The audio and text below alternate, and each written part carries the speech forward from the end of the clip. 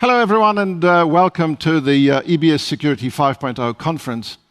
2 years ago at the 4.0 edition we had some successes and the results were discussed through the security business for a long time afterwards. Right now we're hoping that we will better that result. I'm sure we will not only deliver some interesting information but also entertain you a bit, and there is a surprise in store for you as well. To make all this more engaging and more fun, please do use the chat window to post your comments and questions, and we'll do our level best to make sure that some of them, at least as many as possible, get answered by our speakers during the Q&A sessions. We have with us two EBS representatives today, President Krzysztof Stalewski. Hello everyone, it's a great pleasure to have you here today. I am very happy to be able to open another big event organized by EBS. I hope you will enjoy all the presentations which we have prepared for you. And Business Development Director Chris Stalewski. Good morning, good afternoon, depending on where you are right now. We're very pleased that you've joined us today. And if you're wondering about the coincidence in names, there isn't one. You see, EBS is a family business, has been for 30-odd years, and we have a father and son team with us today. The majority shareholder now is a Lithuanian investment fund, 7 Ways, but the company has been in operation for over 30 years, which in itself is a major success. My name is Ralph Talmont, and it's my pleasure to host the conference today together with Chris. Gentlemen, for the moment, thank you, and we will get on with the rest of the day. So today we'll be looking at the security market from various perspectives. The main panels are going to be focused on general trends of the global market, smart communicators, and the US security market in particular. From there, we'll go on to presentations about alarm systems with examples from Poland and South America. And we'll take in some general information about the telecom industry in the context of the security market from the head of R&D at Orange Poland.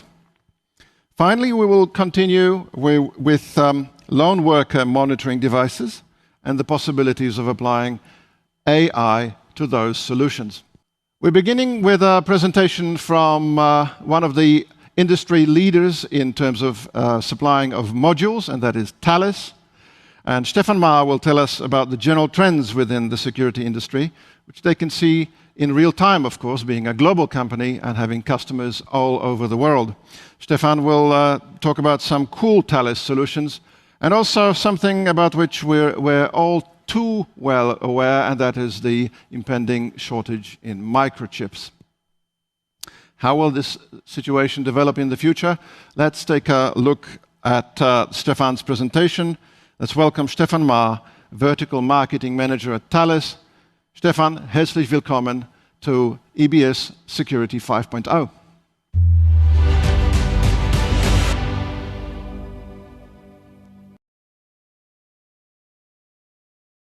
Yeah, a wonderful good afternoon or good morning, depending on the time where you are. A big thanks to EBS to present here on the trends of connected security and on the trends of the IoT in general. So I would speak maybe first 2 slides on Thales, where I'm from.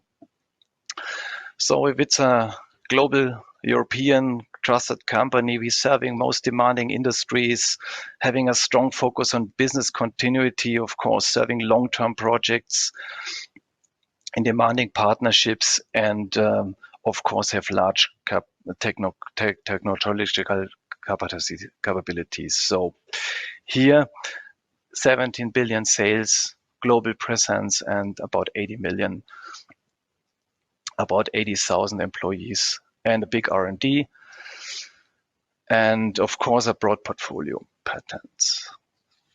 Maybe one next slide. Where do you see us?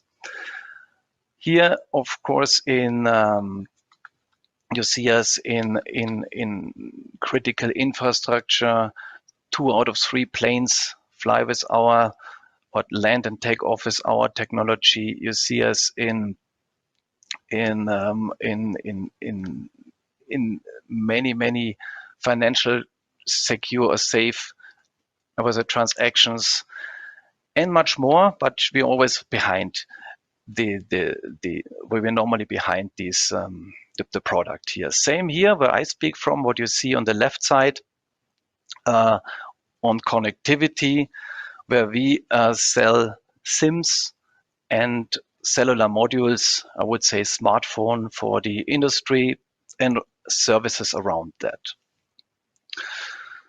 So here to speak already on the key trends or challenges in the IoT in general. So private and dedicated industrial networks gaining momentum. This means with the new 5G, we have kind of interesting requirements here already for cellular module suppliers. We see the new standards evolving, release 16, release 17 in 3GPP. We see the physical SIM digitalization, meaning the SIM gets into the module as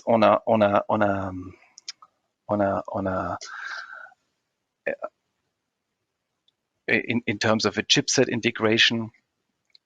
We see secure handling of network credentials and certificates more and more important. And we see new machine type communication standards growing up there or developing for very power efficient connectivity. As well, 5G, the ultra high speed communication with the millimeter wave journey. So this is generally what we see on connectivity here. So, but what trends we see on the global security market? And here, what do analysts say? In general, we see drivers. Of course, race and terrorism staying high. Then industry standards and government regulations stay high till end of this decade. And gaining importance are the increasing smart city infrastructures. So this turns from high to very high end of this decade. What are the challenges? Remaining high is the improving of reliability of security systems. So this is seen by the analysts. The full market growing 10% per year overall. I mean, in here, this is all security systems. But interesting here, improving reliability means a secure and reliable connectivity. This means the importance of this, because you can't have a reliable system without a reliable and secure connectivity with it. That's an interesting takeaway here. So on the next slide, I try to get a little bit more in detail. Let's look what happened the last year on the Corona or COVID-19. We've seen some trends here. We have generally in security industry heads and tailwinds here. Interesting here. There is some, we say, what we've seen, some professional on-site installations get a little bit more difficult due to the distance. On the other hand, quick, easy, fast installable devices, even remote activatable devices or remote control devices, they gain interest, they grow market share.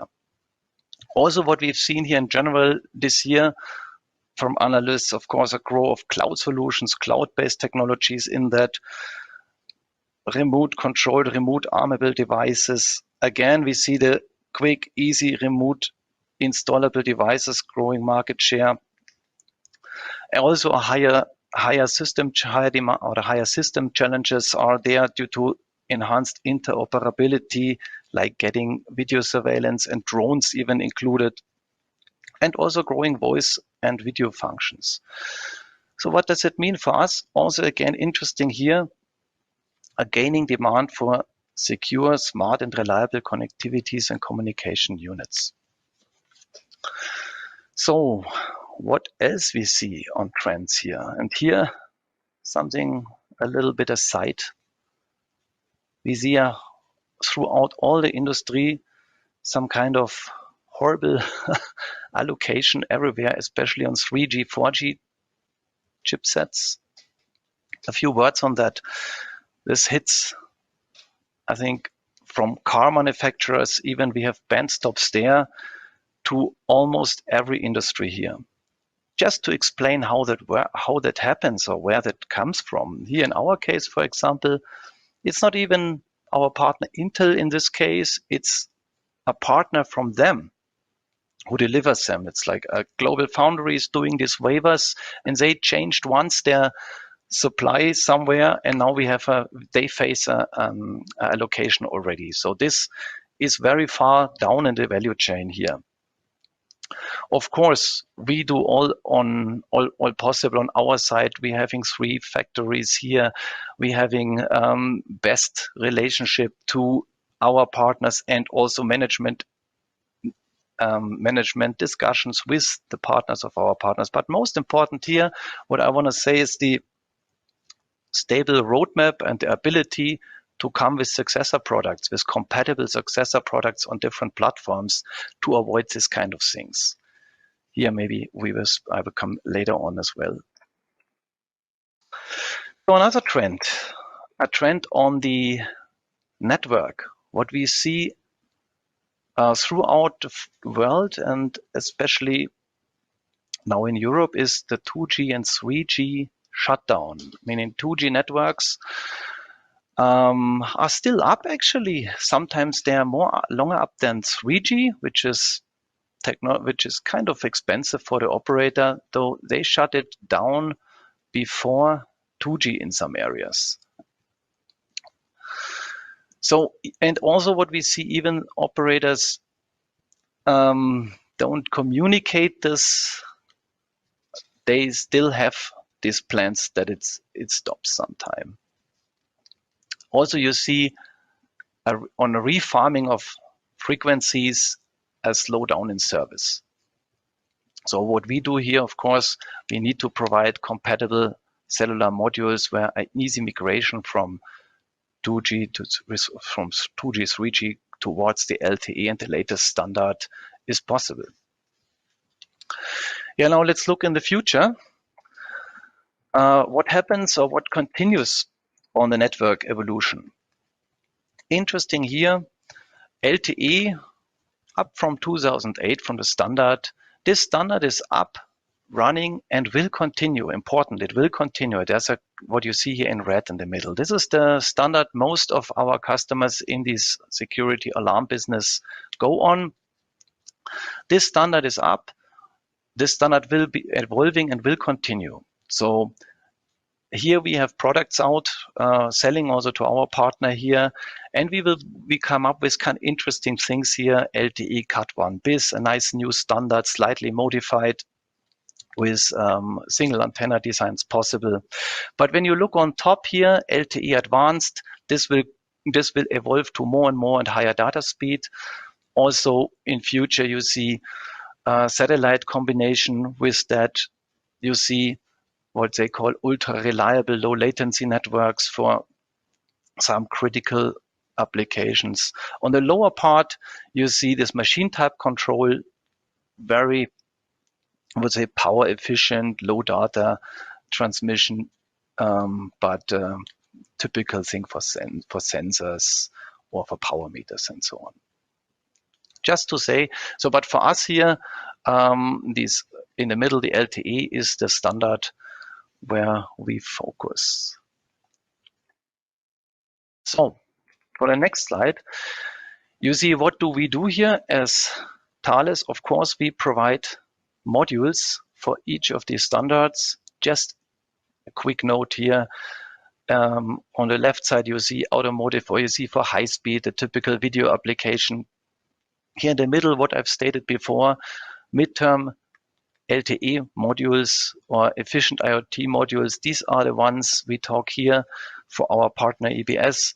And of course, we have on the right side, you see gateways or data cards for different applications. Interesting also, services around that speaking of software update or connectivity activation, trusted identity services, or remote device performance diagnostics. These are services we put in addition to it. I will speak on that later. On the next slide, you maybe how to explain. So our job here is to improve our partners, our customers' business. How we do that? We look on our partner's product life cycle. And of course, a partner, probably like many alarm suppliers, when you see on the left side, they need to design a product for, of course, advanced security. They need to benefit from the network evolution, put it on the right standard. They need to do this quick. They need to do it in a reduced time to market. They need to improve their supply chain and their delivery. Also on the loadout and the logistics, they need to have this streamlined and to manage devices remotely. All this, we offer some innovations. Some customers they can use it. We, of course, have something here to give. Of course, when you speak on the first part, security, a holistic security approach is clear from Thales as a security company. Our modules have many secure features. In addition, trusted identity services. I would speak on that a little bit. Here, we are able to include credentials for a secure cloud involvement in a secure way. Of course, when you say benefit from network evolution, we are there when the standard is ready with the right product on the right time, not too early, not too late. Global setup means in terms of support to having the expert teams in each part of the world where the units are deployed, where they are developed, where they go to the network. When we speak on supply chain, interesting features here. Of course, also features to produce a product more easy, to streamline the logistics. We have some services around how to activate connectivity.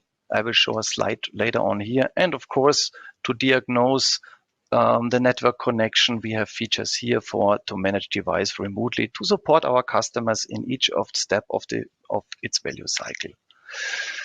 So what does this mean in terms of our products, or what does this mean here for us? So the trend is clearly not to sell a simple cellular data pipe. For us, it's to provide a solution ecosystem, meaning, of course, a data pipe, but included with securities, with of course efficiency, reliability, and other services on the connectivity, but also with the inclusion of the embedded SIM, we can provide the connectivity activation with a way to highly secure cloud credentials. We can provide what you see on the right side, trusted identity services. This is a thing we have some nice competitive advantage to really store this so secure that's not hackable.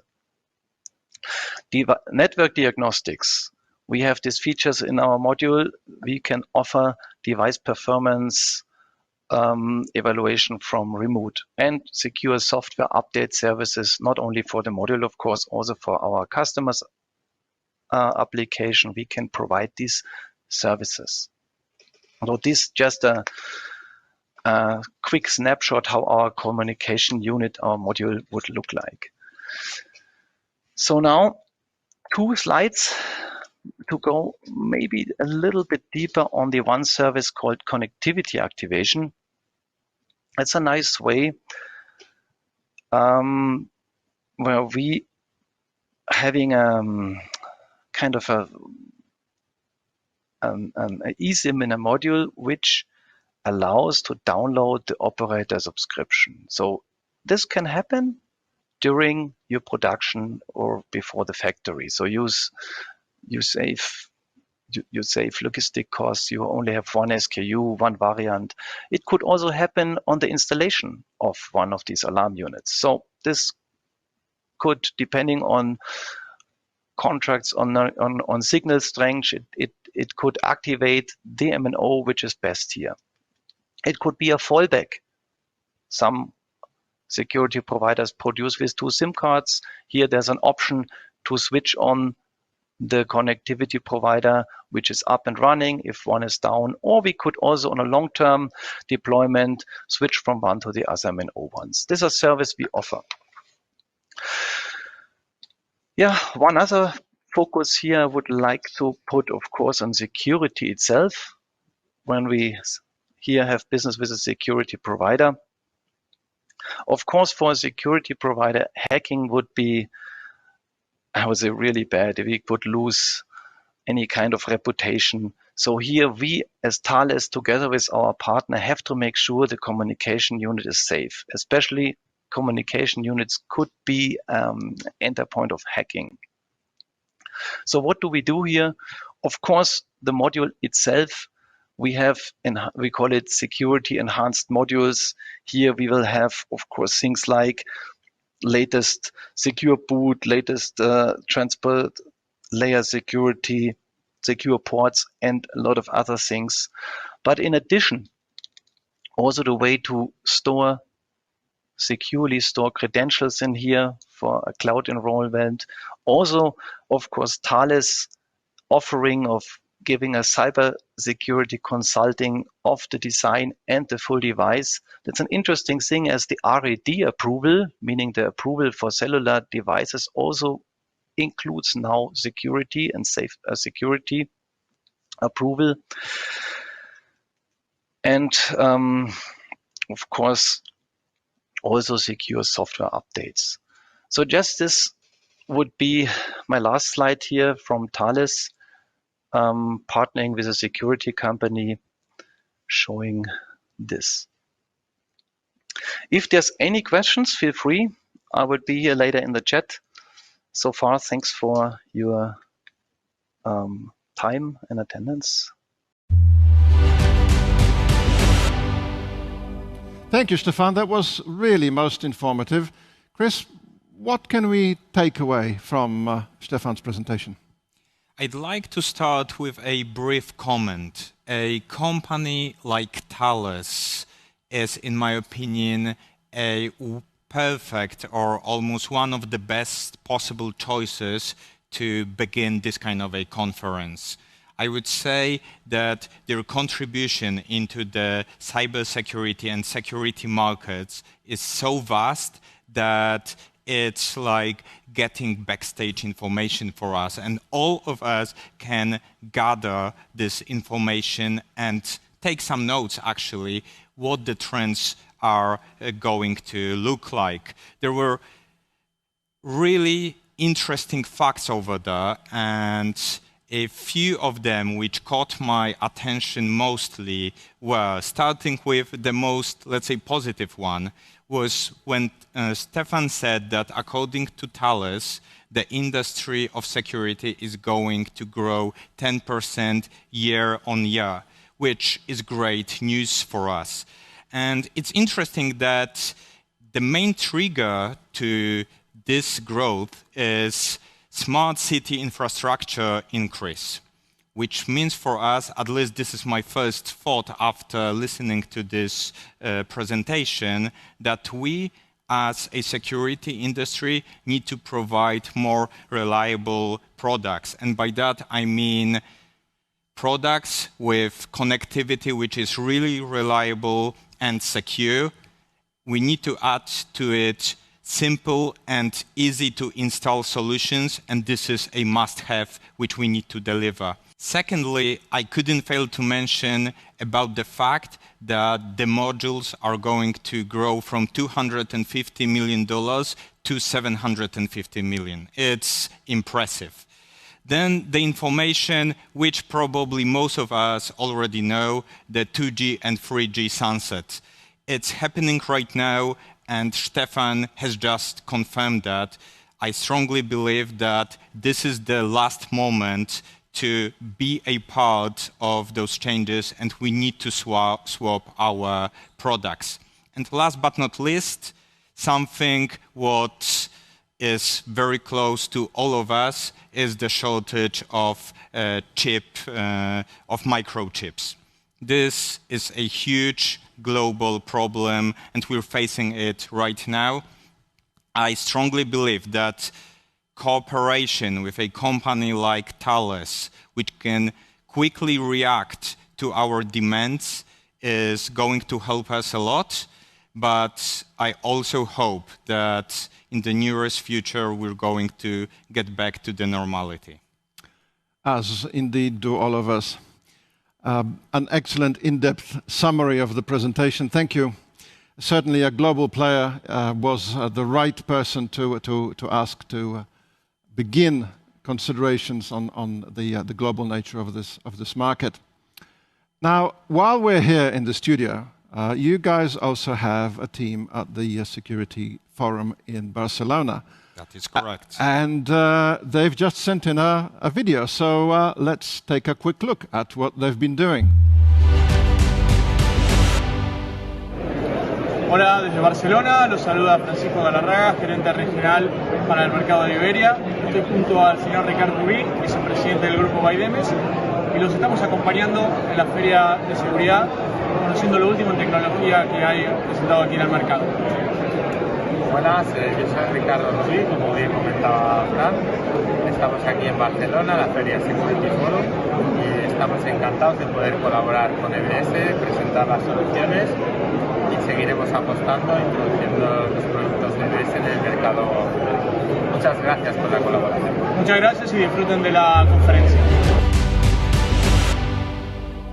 Our next topic is closely linked to what Stefan Maher was talking about, and that is network evolution.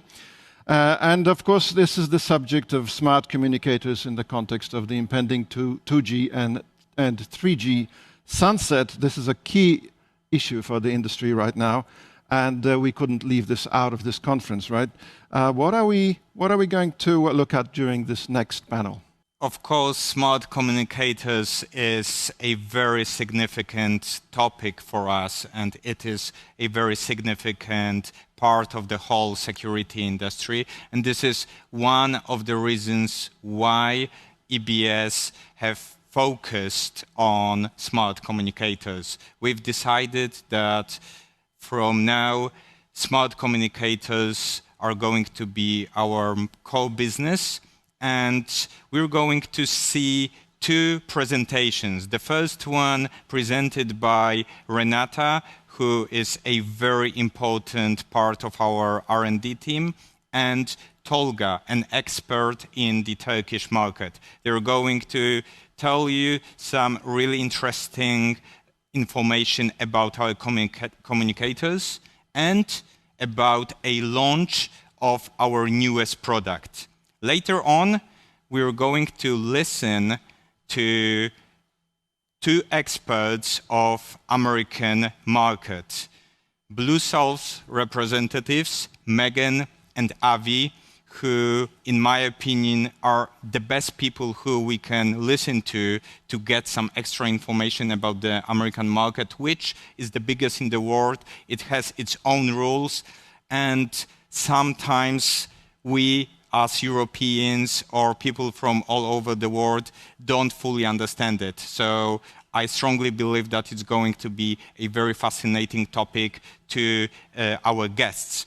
But before we're going to have those two amazing presentations, we have prepared a special video for you, which is kind of proof of what I've just said. Smart communicators is the most significant group for EBS right now, and this is going to be a video about smart communicators. And I'm very pleased that you're going to be the very first people who are going to watch it. Please enjoy it, and later on listen to two really interesting presentations.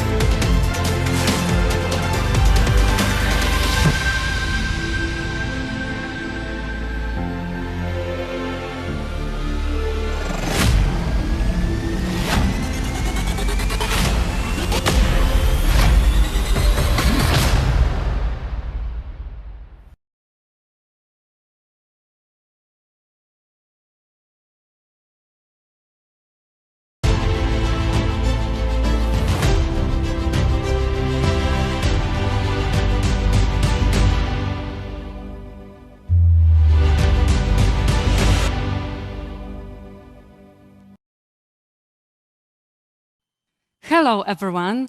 Today we come to you with another presentation, but before we start, my name is Renata Przyłódzka and I work in R&D department in EBS for almost 5 years.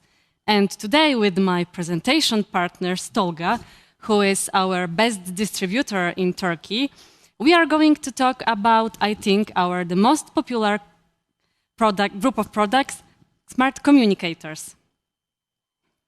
We will highlight the topics in the context of challenges we have faced, a new solution which we implemented into our product, and we will say something about cellular network technology and our software. And we can't miss our superstar communicator, ELIX Connected. But first, Tolga, maybe could you say something about Turkish market? How is it? Thank you, Renata. It's a pleasure for me to be with you and our guests from all over the world. Ayelteks is exclusive EBS manufacturer representative in Turkey. Ayelteks and EBS have been delivering technology to all top 20 security agencies in Turkey from 2006 to such a program companies like Securitas, G4S, Secom, or some local brands. EBS GSM communicators have about 30% of market share in Turkey, winning with many international players like Honeywell, DSC, Crow, or others. Population in Turkey is 83 million people. Total number of monitored clients, 500,000, and 95% being monitored by 2G technology, which must be replaced for 4G with 4G in the next 2-3 years. Only proven technology and trustful partners will be able to deliver quality and take part in such a big project. Especially in today's reality, we have the biggest in the history worldwide crisis on the electronic components market. What is unique in Turkish market? We are extremely price-sensitive market.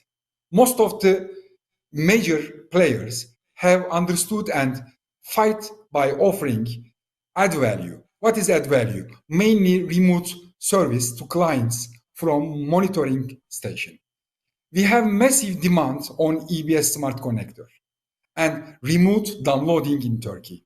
Remote downloading is more and more popular all over the world, especially in Turkey.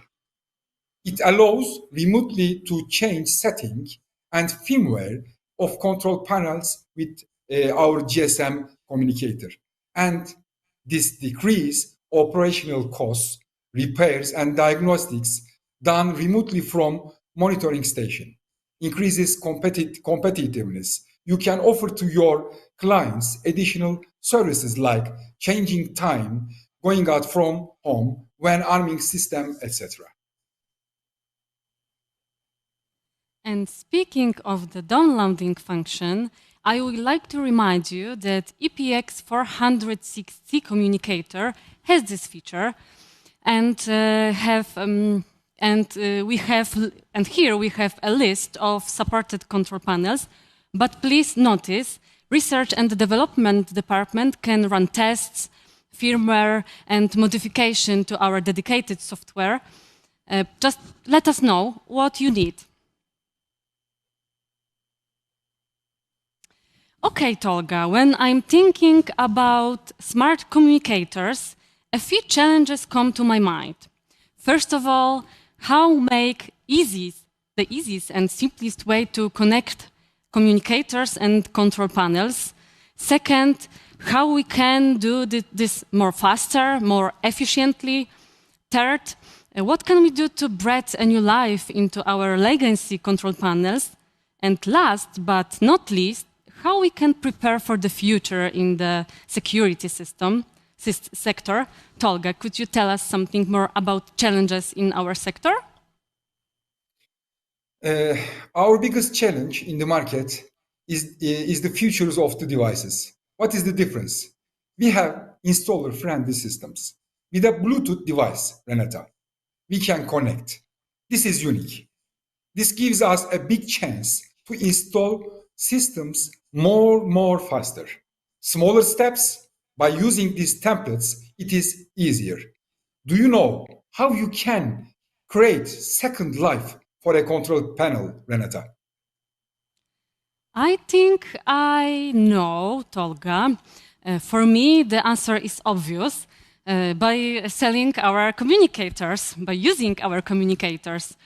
If installers want to be prepared for the next few years, the simplest and easiest way is selling our UMTS and LTE communicator. In this case, they will not lost customers, and with this extra kind of values, installer may earn money. And Tolga, here we have 3 different ways to connection between communicator and control panel. Could you give us a brief information about this and explain us? First, that is so easy. By using our inputs, you can connect our communicator to any control panel. No need to know the installer code, but you may have limited information from control panel, not every information. But if you want to use PSTN line, then you may get many information from alarm systems, but you need to know installer code. With this one-way communication and by using our modem emulation, you may manage everything. But if you want to use KeyBus function, namely, you can simulate keypad, you can work with control panels easily. You will have main and extended information from control panels, Renata. Perfect. And so, after analyzing the needs that brought by our clients, we implemented a completely new solutions to our communicator, LX20B, and this is how LX Connected was developed. What is the difference between classical communicator and LX Connected, Tolga? The main difference is KeyBus connection that I mentioned you in the previous slides, Renata. With this function, we are creating a virtual keypad. And without using master password of Paradox or DSC, we can add the device to our OSM software and we can arm, we can disarm system. Also, LX Connected is very similar to our classical T communicators. Many parameters are the same. Tolga, I heard and I know that LX Connected is the favorite devices, but why do you like it so much? Tell us. Yeah, Renata, because it is technician friendly. It is end user friendly device. First, we may use any type of transmission, GSM, GPRS, 2G, 3G, 4G. This is so important. There are 5 inputs and 2 outputs over the board. We may do what we want with them. It's working with CID protocol, or it is working with nano SIM card. If an end user has DSC or Paradox control panel and doesn't know the installer code, don't worry, Renata. They can solve this problem. You may see the list here with the Paradox and DSC devices. Yes, Tolga, I see, but of course we are working very hardly to expand this list with the new device. And relax, this is just a matter of time. Renata, I have a question. What is the future of 4G and 5G in Europe and global market? This continuation of support for 2G and 3G is imminent. According to the data on GSM website, in 2025 in Europe, 2G and 3G networks will present only a few %. Similar situation will be in the rest of the world, But look at 4G network. Now and in a couple of years, the percentage distribution is almost the same, over 50%. This means that our distribution should be prepared for this replacement. Installers have to learn how to manage this period and should know what the positive contribution of 4G is in market sales. So, at this point, I must say that 4G technology is sufficient, is more than enough to cover the needs in our security sector for the next few years, maybe a decade. But of course, we must be aware that 5G technology is future. It will be used in many areas, but I think not now, not today, not even for the next few years. Tolga, do you know that we have a new super cases?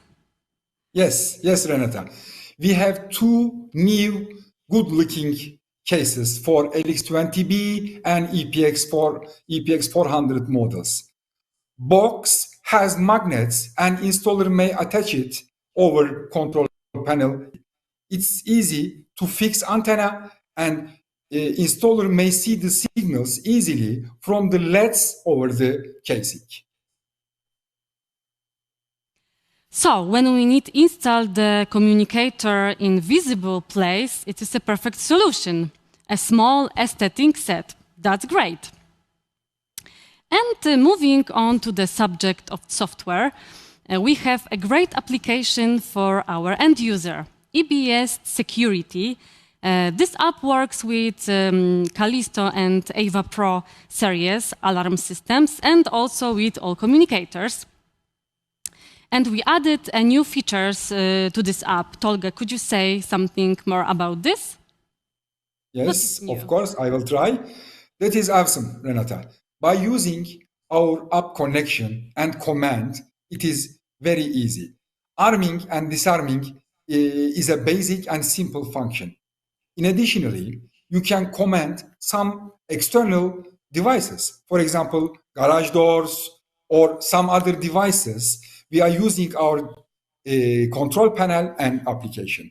End user can check the history, can see everything, can see all movements. And most valuable feature, you can see your IP cameras live stream by using our application. Today, it is working with the Dahua brand. But in the next step, we are working over Hikvision. And another step, it will work with all brands which are working with Eagle Eyes software. Of course, we don't forget about our installers. And for them, we have EBS Config 2.0 application. This app is provided for programming and diagnostic both control panels and all communicators. And this is a good news. We have just finished work about under implementation all communicator. What are the benefits of this application, Tolga? It is easy to use. Now, this is my favorite area, Renata. While I am explaining to these products to my clients, I am showing to the application to installers because it is easy, it is simple, it is reducing time while you are programming the control panel. Choose your device type. Decide the type of zones, devices, entrance, exit periods, create templates, and use it many, many times. You don't need to click your keypad more. You don't need to memorize everything and every code while you are programming the panel. Just you can use steps on the app and it takes few minutes to program all. Additionally, you can diagnose your device, Renata. Connection quality, sensitivity, battery life, etc. These kind of things you can do very, very simply. Application will help you to do basically. And also, you may inform us about the desktop version of installer program, EBS Config 2.0, Renata. Tolga, that's benefit. Desktop EBS config 2.0 interface is the same like mobile version. One app for laptop and for smartphones. When we have also MiniProc BT, we don't have any cable to connect our device with this app. This is great, yes, Tolga? Yes, that's great, and that is easy to install. Just using four-wire cable, you can install. You can use it with all brands, also without using this smart function, like a classical universal communicator. We don't need installer code.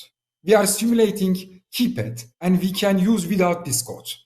We are working over the other brands, and in 2022, Renata, we will have integrated all other brands. And by using our app, you can disarm the system and see history. Also, if somebody needs to customize application, we have some options to customize it. Thank you for your attention, and this is a pleasure for me. Thank you, and see you, everybody. Bye-bye. Thanks.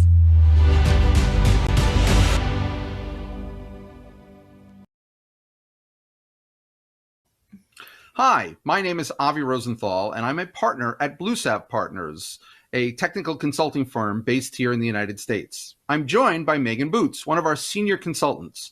We're going to talk a little bit about the U.S. security market, about EBS and how they're going to play, and a little bit about BlueSav as well.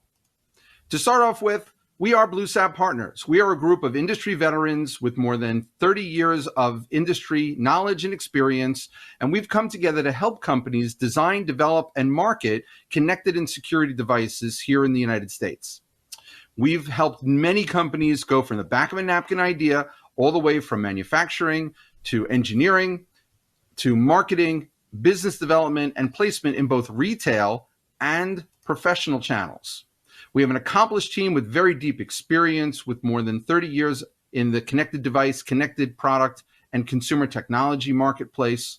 We have executives with security roles. We have C-level executives. We also have world-class marketing experience, both on the product side and on the business side. We have security industry relationships. Because we've been in the business for so long, we know more than 90% of the U.S. distributors in the U.S.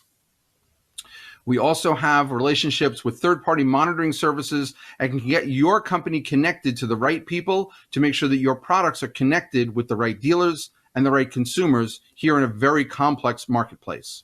And of course, we can help you with focused PR and media relationships to launch your products.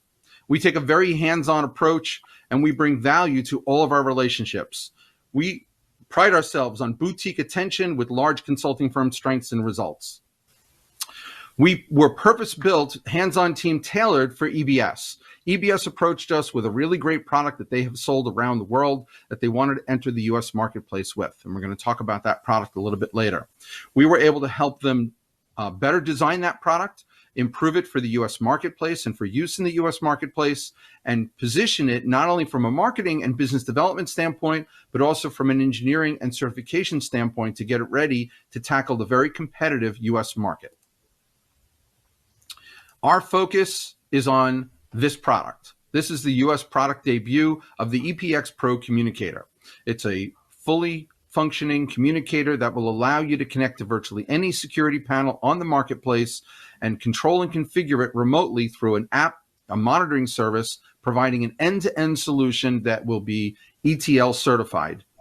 We're very excited about this product, and we're very excited about what it means to the 3G sunset and the LTE sunrise here in the US marketplace. And to talk a little bit about that, I'm going to turn it over to Megan, and she's going to talk a little bit about the US market and where we are today. Hi, I'm Megan. And as Avi said, the US market is very dynamic. The security market is also growing significantly. This chart shows US households with home security systems and forecasting through 2024. If you look at 2019, from 2019 through 2024, you'll see that the industry is almost doubling from around 30 million to about 60 million. So it's interesting, Megan, a few years ago, the security market was all about what we call brownfield. We were just sort of replacing everybody's equipment that was in there. And then the advent of the IoT world came out, and it's amazing the spectacular growth that we saw over the last few years and the growth that we're predicting over the next 5 years. The idea of connected devices has really spurred the US consumer to want to add these security systems to their home. Yes, I think the connectivity point is a really important one and brings a lot of opportunity for sure. And taking a little bit deeper look at purchase intent, this data shows US households with security systems. It was a survey. If you look, there are a significant amount of Americans who are interested in a system in the future, or intend to purchase within the next year, which is fairly soon. They plan to switch or upgrade. And then, there's also ones that don't plan to switch or aren't interested. But this really shows a deeper look at the US market and where the opportunity lies and how really it affects our messaging and positioning. And it's very interesting to note, there are approximately 20 million homeowners that claim that they have no plan to switch. But those 20 million households more than likely have a 3G radio in them, and they're going to need an upgrade even though they don't know it. There are some pretty big programs that are about to be kicked off here in the United States to help those 20 million homeowners get the radio and cellular connectivity they need to make sure that their current systems are able to handle the new communication technologies. Not to mention the fact that you've got 40 million that are interested in a system in the future. So even if you take that as a 60 million person or 60 million household potential market, you're talking about a huge potential market when it comes to the upgrade and the additions to the security market here in the US. That's right. And that's a good segue to the 3G sunset opportunity, as you alluded to, Avi. So here are three of the top US carriers, cellular carriers, AT&T, T-Mobile, and Verizon, and they've all announced 3G sunset dates. So they're coming up soon, but there's still an opportunity. We have an asterisk next to AT&T because there is a petition that has been filed with the government to extend that to December of 2022, which would be really great for EBS. So I wanted to make a note about that. But these are the official announced dates as of today. And, for years, those of us in the security industry sort of poo-pooed the whole thing and thought that maybe this was never going to happen because there were so many users of the 3G systems. However, with the advent of the 5G technology and the requirement of that to take over a lot of the bandwidth and the frequency space that we have limited here in the US, these 3G dates are fairly real. We're not expecting that Verizon is going to push out at all. We do expect that T-Mobile may ask for the same extension if AT&T is granted that extension for December of 22. We expect that T-Mobile will also be granted an extension to 2022. But again, they have to get rid of these 3G frequencies in order to make room for their 5G technologies. So it's real this time. Yeah, time is of the essence for sure. And that goes hand in hand with kind of the US expectations too. Another segue. So talking about the expectations, the channel expectations, and then the end consumer expectations, we're going to go through those. Let's start with the channel. So the US security channel is highly competitive, as you might suspect or already know. Installers, if you just think it from an installer point of view, they're extremely busy and expectations on them are really high. So they need to get into a home and do an install, and they need to know that your technology is really solid and it just works. And we're not just talking about hardware, we're talking about software as well. So if you have an installer app, it needs to be not only easy to use, but I would say intuitive. I wouldn't even really say that a manual would even be required. It works the way that they think it should work, because they really need these fast, easy installs. They need to get in and they need to get out. And now it's not just about a one-off sale. It's about recurring monthly revenue. So that means higher customer lifetime value. So the cost of acquisition can be high in this industry. And that means that when you have a customer for a longer period of time, you're working in a more efficient way and you're running a more efficient business.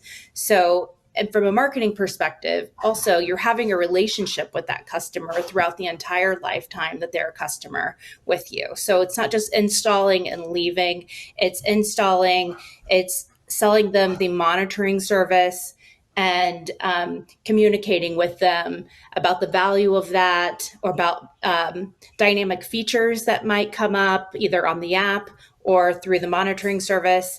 And so you can see how you're building a relationship with that customer throughout the life cycle. And as a former installer myself, many years ago, but a former installer myself, I could tell you that, you know, getting an install, getting in and getting out is very important. If you do some quick math, right, if we have to do 30 million installations just during the calendar year of 2022, start to think about how many per day that is, how many per hour that is, and how many technicians it's going to take in order to get that done. So the efficiency is going to be very, very important as we move into this sunset. That's a good point. And then let's move to end consumer expectations.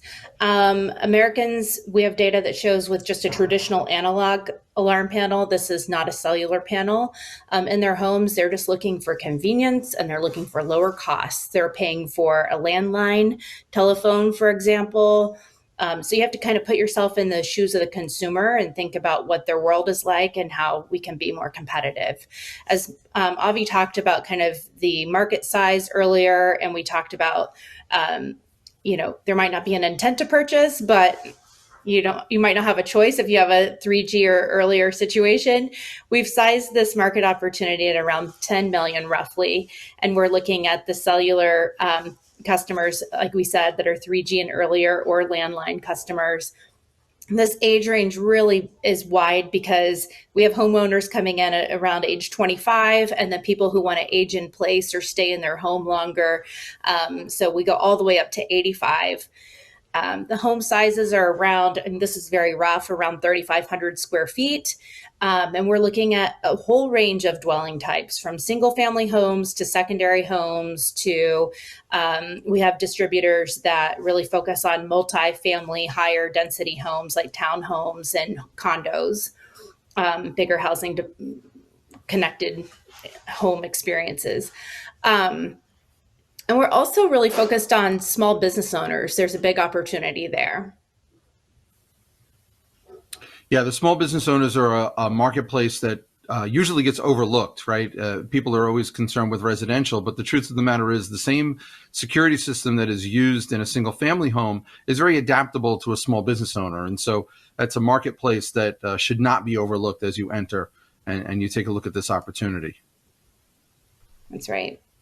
And when it comes to the end consumer expectations, again, they're very high. They have a lot of choices in this market. Again, they need to know that their security system is very solid. The technology is there and it works. They need to leave their homes and know that they have a peace of mind that, you know, their homes are going to be protected and safe. That's what they're paying for after all. They expect their technicians to come in and to give them a very easy, seamless install, in and out. They expect a very low monthly payment. There's price sensitivity around recurring monthly payments in the US because a lot of companies have that model. So that just tells us that we need to pay very close attention to our pricing strategy. Americans care about data privacy. I saw data about this about more than just about any other country. So 79% of US consumers are concerned about this. And we think this is where EBS could have an edge as opposed to some of the big brother options that are out there. And customer service, let's not overlook that. It's really key. They expect truly attentive and easily accessible customer service. And there's data that shows that they prefer that on the telephone. If this is done really well, it can give a company a major competitive advantage in the US. And that's it. I think that wraps it up. Yeah.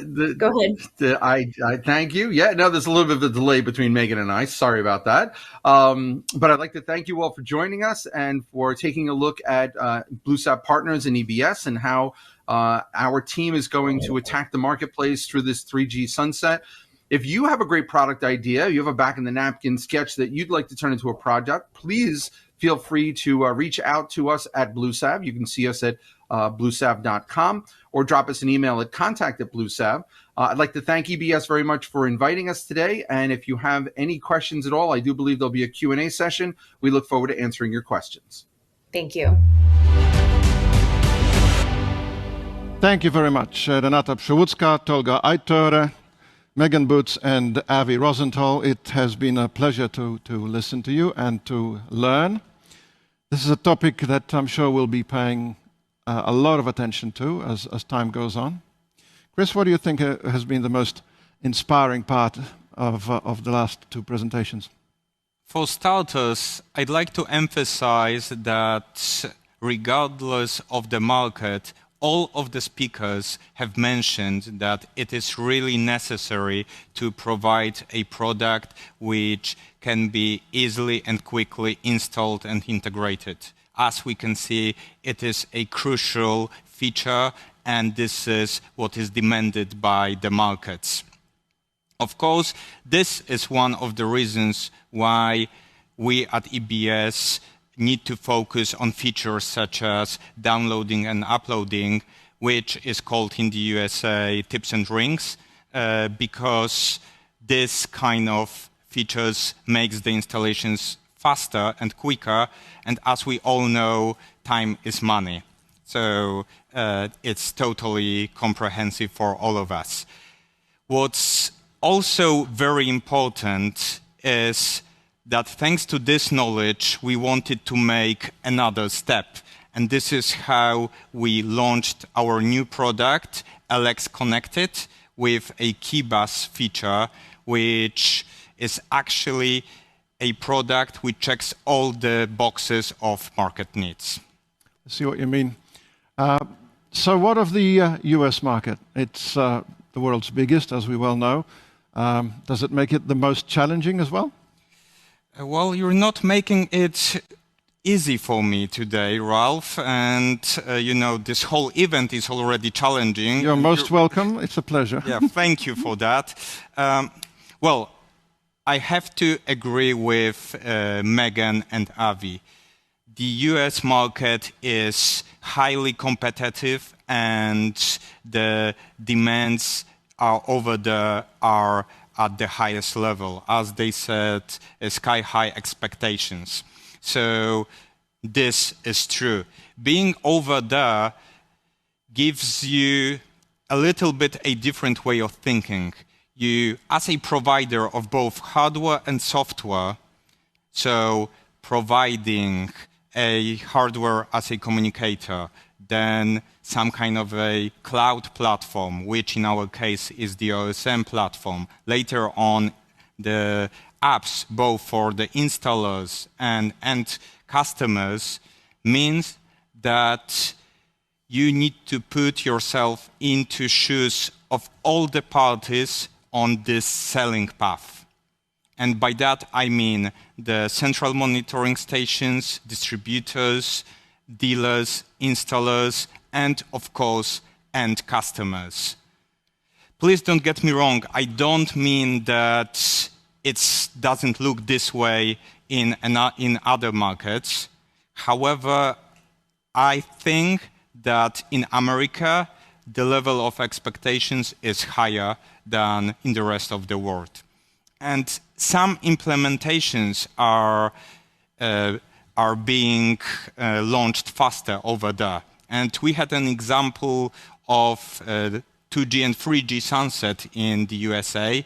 As Megan and Avi showed us, it's going to be done by 2022, where AT&T is going to close 3G in February, which is just 4 or 5 months from now. Not a lot of time, exactly. So it's a very significant information, which at the same time is very challenging, but it's also a great opportunity. So I'm really positive that all of us have learned something from Renata, Megan, Tolga, and Avi. Thank you very much, guys. So challenges and opportunities in equal measures and coming up really fast. Let's take a look at what's coming up next.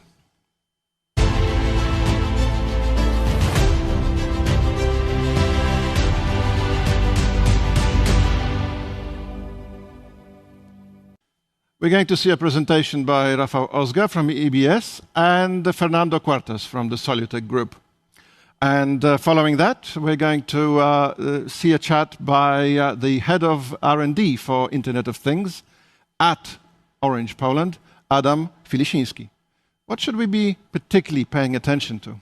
I think that we're going to see two very engaging presentations where Rafa and Fernando are going to show us how the markets have looked like, mainly focusing on the South American ones, probably also mentioning something about the COVID-19 and its impact on the market.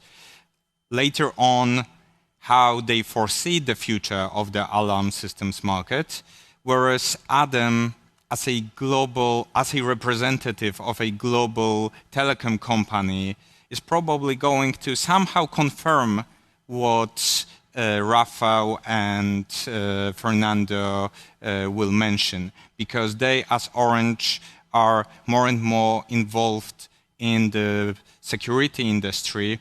And I think that we'll hear something about smart home, IoT, and new connectivity solutions integration. So you don't need to hear from us at this stage. Let's hear from our speakers. Gentlemen, welcome to EBS Security 5.0.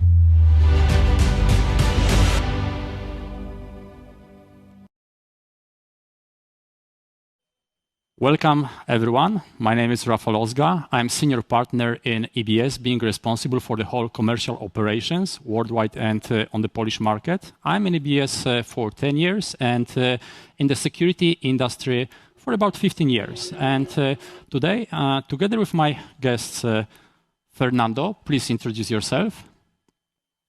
Hello, everybody. I'm Fernando Cuartas, Chief Marketing Officer of the Solutec Group. I have been involved in the security business for more than 15 years in the marketing, commercial, and technical areas. And thank you very much, Rafa, for your invitation.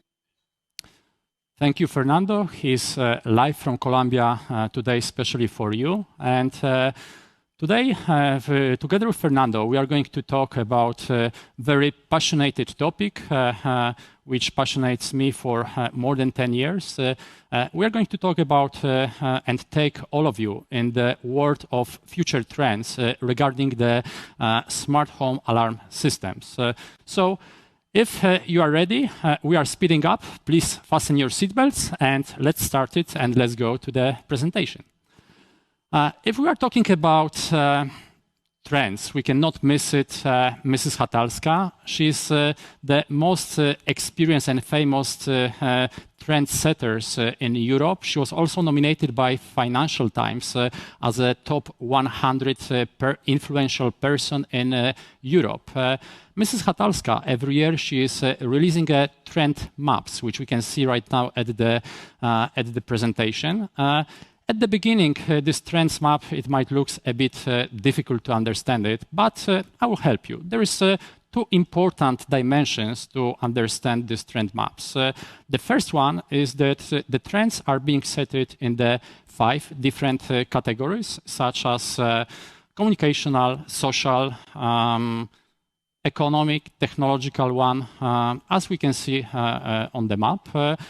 On the other side, the second dimension, it's that the trends which are being placed in the center of these trend maps are less mature. It will take them about 20 years to influence on our life and to become important.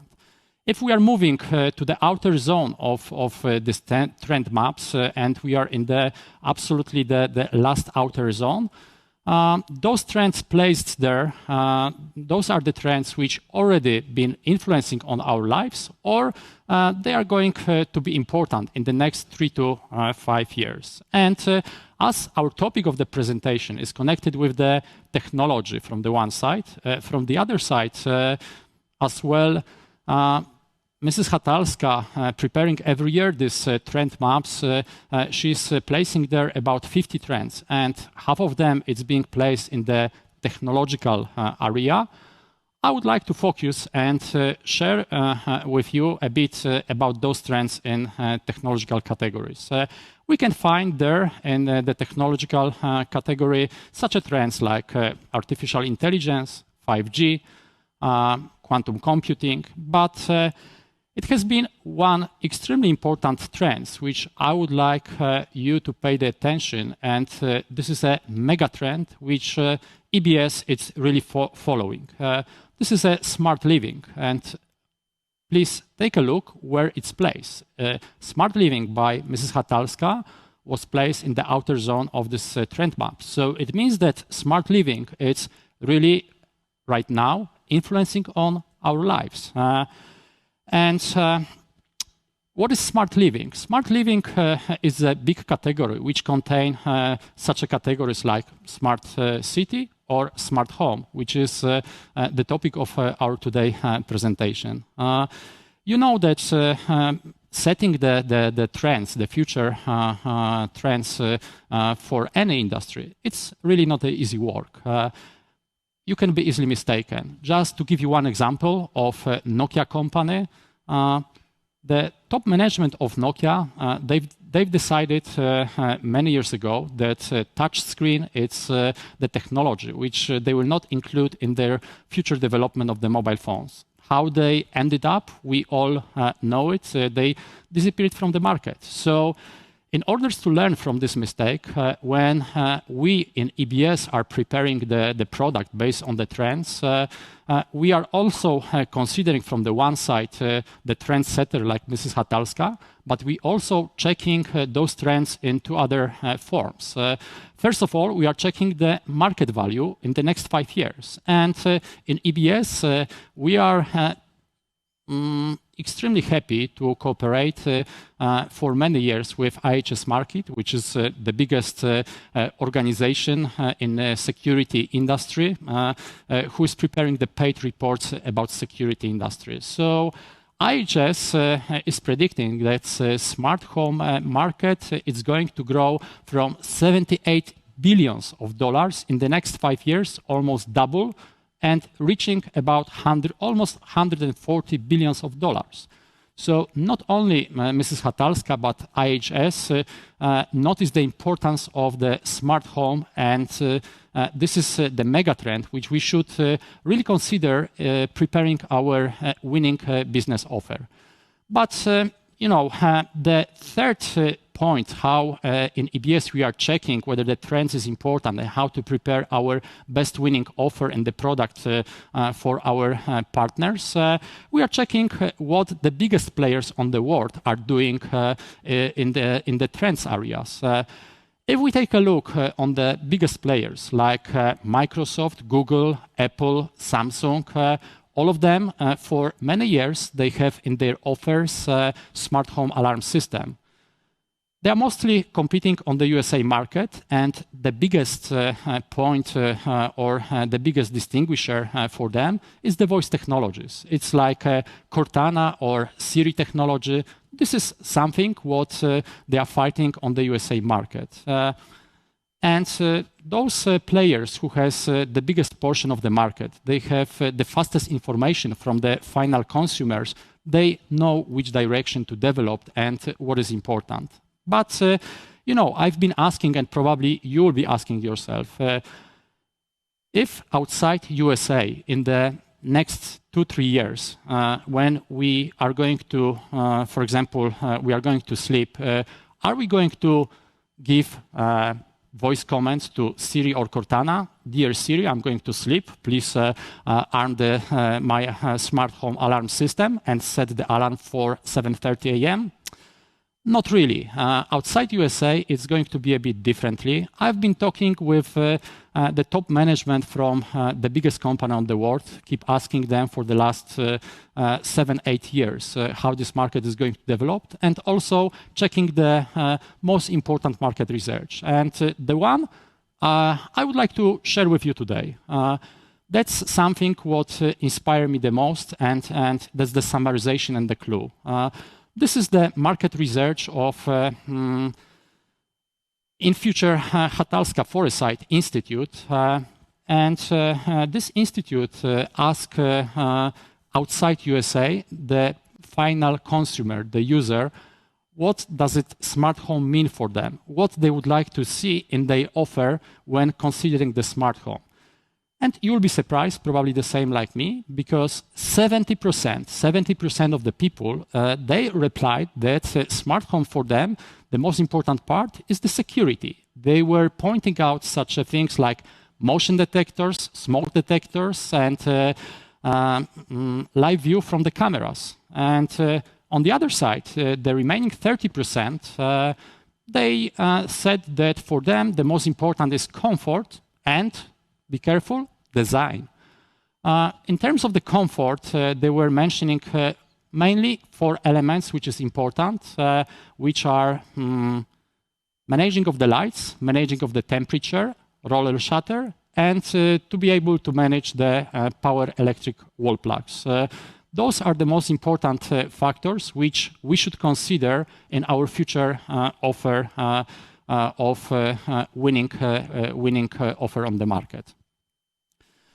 But we've been talking a lot right now about smart home and the importance of these trends. As Mrs. Hatalska is saying, smart living, smart home is important. The biggest players on the market as well is going into that direction. And as well, IHS showing in the reports that it is a really important part of our future life in the next 2-3 years. But there is one even more important mega trend which is going to influence on our life. It's called connected life or connected monitoring. And I would like to share with you again IHS market experience. IHS market about more than 5 years ago, they've started to notice this trend, and they added to their security report this connected monitoring trends. They make the definition of connected monitoring and how they define it by 2 categories. The first one was interactive security, and the second one, it was home automation. What they mean by the interactive security? Basically, it's the possibility to manage the smart home alarm system by final user remotely from the mobile app and using the internet connection from any place on the world. That's interactive security from the one side. And home automation on the other side, it's a possibility to extend your business offer by smart home elements. And I would like to mention that we in EBS, we have, as your technological partner, we have prepared offer according to the best known trends, worldwide trends. Our EBS Security mobile app has possibility to remote managing our Ava Pro smart home control panels. In mobile app, you can remotely from any place on the world disarm the system. You can see the live view from the cameras, and also you have the possibility to make the scenarios and to attach any smart home elements thanks to the Z-Wave technology. I would like to share with you one important slide which shows the trend in monitoring services. We can see here traditional services, how they are decreasing and how this market is shrinking. Traditional monitoring, which combine traditional keypads on the one side and no possibility to have a remote connection with the alarm system.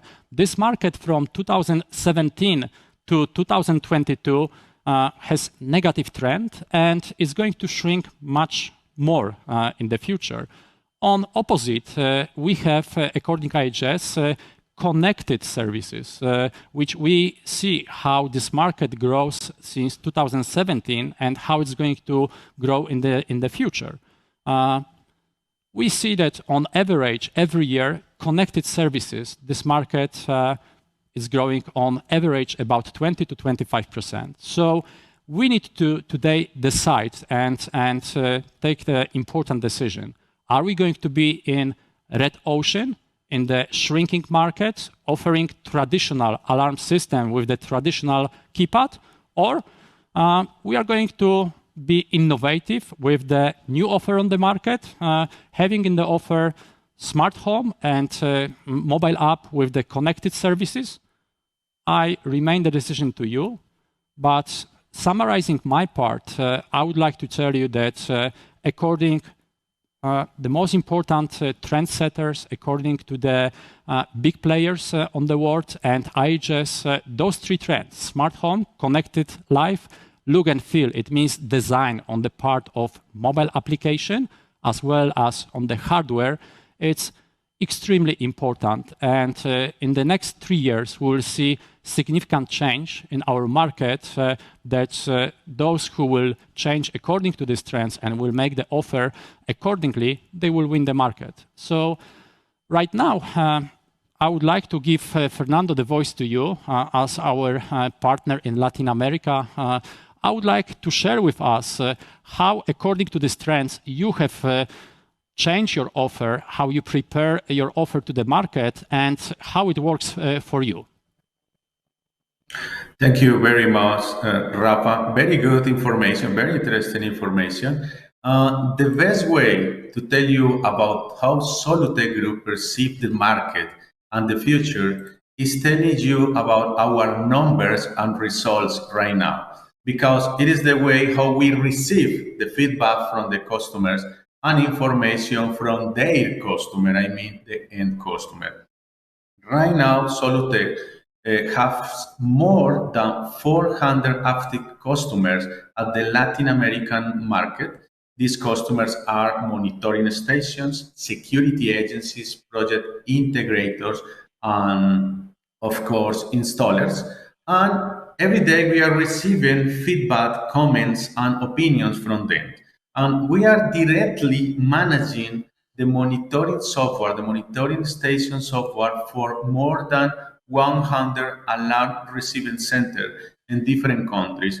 And in this way, we have fought a hard competition with the biggest hardware suppliers in the Latin American market, such as DSC, Alarm.com, and other local suppliers such as Nanocon and DS Controls. And we had won more than 50% of our local market right now and big customers in other countries. Even the big monitoring stations in other countries are working with us. So we have sold more than 70,000 devices. I mean transmitters and control panels, EBS devices, and we are growing every year, even during the pandemic. And now we are selling around 10,000 devices per year. And with the feedback and the information we receive from our customers, from the market, and of course from EBS, information such as Rafael explained before, we see the future with something we call connected services. And what does it mean? All the trends Rafael and other expositors spoke about, integrated and interactive. So this is something we call full and real-time integration, of the monitoring services and the users at all levels. The best way to show you is to give you an example. If you check the screen, what you are watching are examples of our mobile app service for the monitoring stations, security agencies, and installers. And what is this? We are offering then the design and development of their own mobile application from zero for a very low monthly fee. They changed not only the logo, they changed the colors, look and feel, components, service, and connections. And of course, we are including many options in these apps, such as R and disarm of the control panel, remote control of outputs, push notifications, technical issues reporting, payments, complaint forms, service qualification, catalog, even marketing promotions with a panic button. And in the close future, we are thinking in the cameras integration. And we are focused adding new functionalities of smart home, connected lights, look and feel, and of course, mobile. This product, these apps, is a cloud service, and now we have more than 50 different apps running, and we are creating 5 or 6 apps every month. This is following the trends and how we design this product. The most important is this is possible because we are using all the power of the EBS devices. And one very important thing for us is the EBS virtual receiver, the OSM, is a core of our mobile application. And of course, we already decided to continue our strategy using the AVA Pro Alert system. Using the EBS transmitters, we are connecting every traditional control panel to the cloud. I mean to our app, to our mobile application. For new installations, our choice is AVA Pro. Let me tell you why. First of all, with AVA Pro, we have an hybrid system with a modular concept. So we can use regular detectors and improve the wireless installations. I have to say, we tested the wireless coverage and it's pretty good. And remember, from our side, in the Latin American market, the installations are very complicated. So we have installation with distance of more than 300, 400 meters and working properly. So that is very good for us. And second, the main board of the AVA Pro is with its with a concept of a models is an incredible concept because we could update the control panel technology every time customer needs. In a very simple way, we could change the technology from 2G to 3G, 4G, even I guess in the future 5G.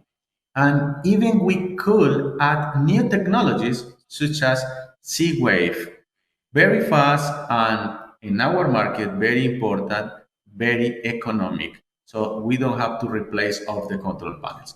And of course, AVA Pro supports useful toys. Please allow me to say toys because smart home devices are simple things that the customer really enjoys. And we have the most important regarding to the trends: electric sockets, dimmers for light controls, and thermostat. Those are enough because end customers are not looking for complex things. They are looking for simple things. And you know what is very interesting in this case? Customer can buy those toys online from Amazon as they buy accessories for other things. It is important because the end customer feels the connection of his security system with the technology and current trends. Of course, AVA Pro is very elegant. AVA Pro has a very nice presentation and customers are loving it. It looks very nice. Traditional control panels and devices are designed for engineers, not for real people. So in the case of AVA Pro, it's totally different. It looks grateful. And that's why we like the thing of AVA Pro. It is simple. Here in our market, in the Latin American market, many users don't use the control panel because the keypad is very ugly and confusing. all people and children don't have changed with the traditional system. With the ABA key, the concept of simple arm and disarm with one button is just incredible, and actually is the most important future for our users. And even we are developing this new kind of mobile application, because at the end the mobile phone is the key path right now and is the key path of the future. So from the point of view of Solotech Group, we are taking all these trends, market changes, and technologies, taking advantage of them to be different of our competitors. What we are seeing in the market is traditional security companies are fighting with new kind of competitors using the same technology and concepts of 20 years ago, and it doesn't sense. So my invitation is to change from the traditional to disruptive technologies, and one good example is Ava Pro and our mobile app service. And of course, we are following the information Rafa told you, because we know that kind of information to create this kind of new service. So thank you very much for your attention, and we are open to any question. And thank you, Rafa.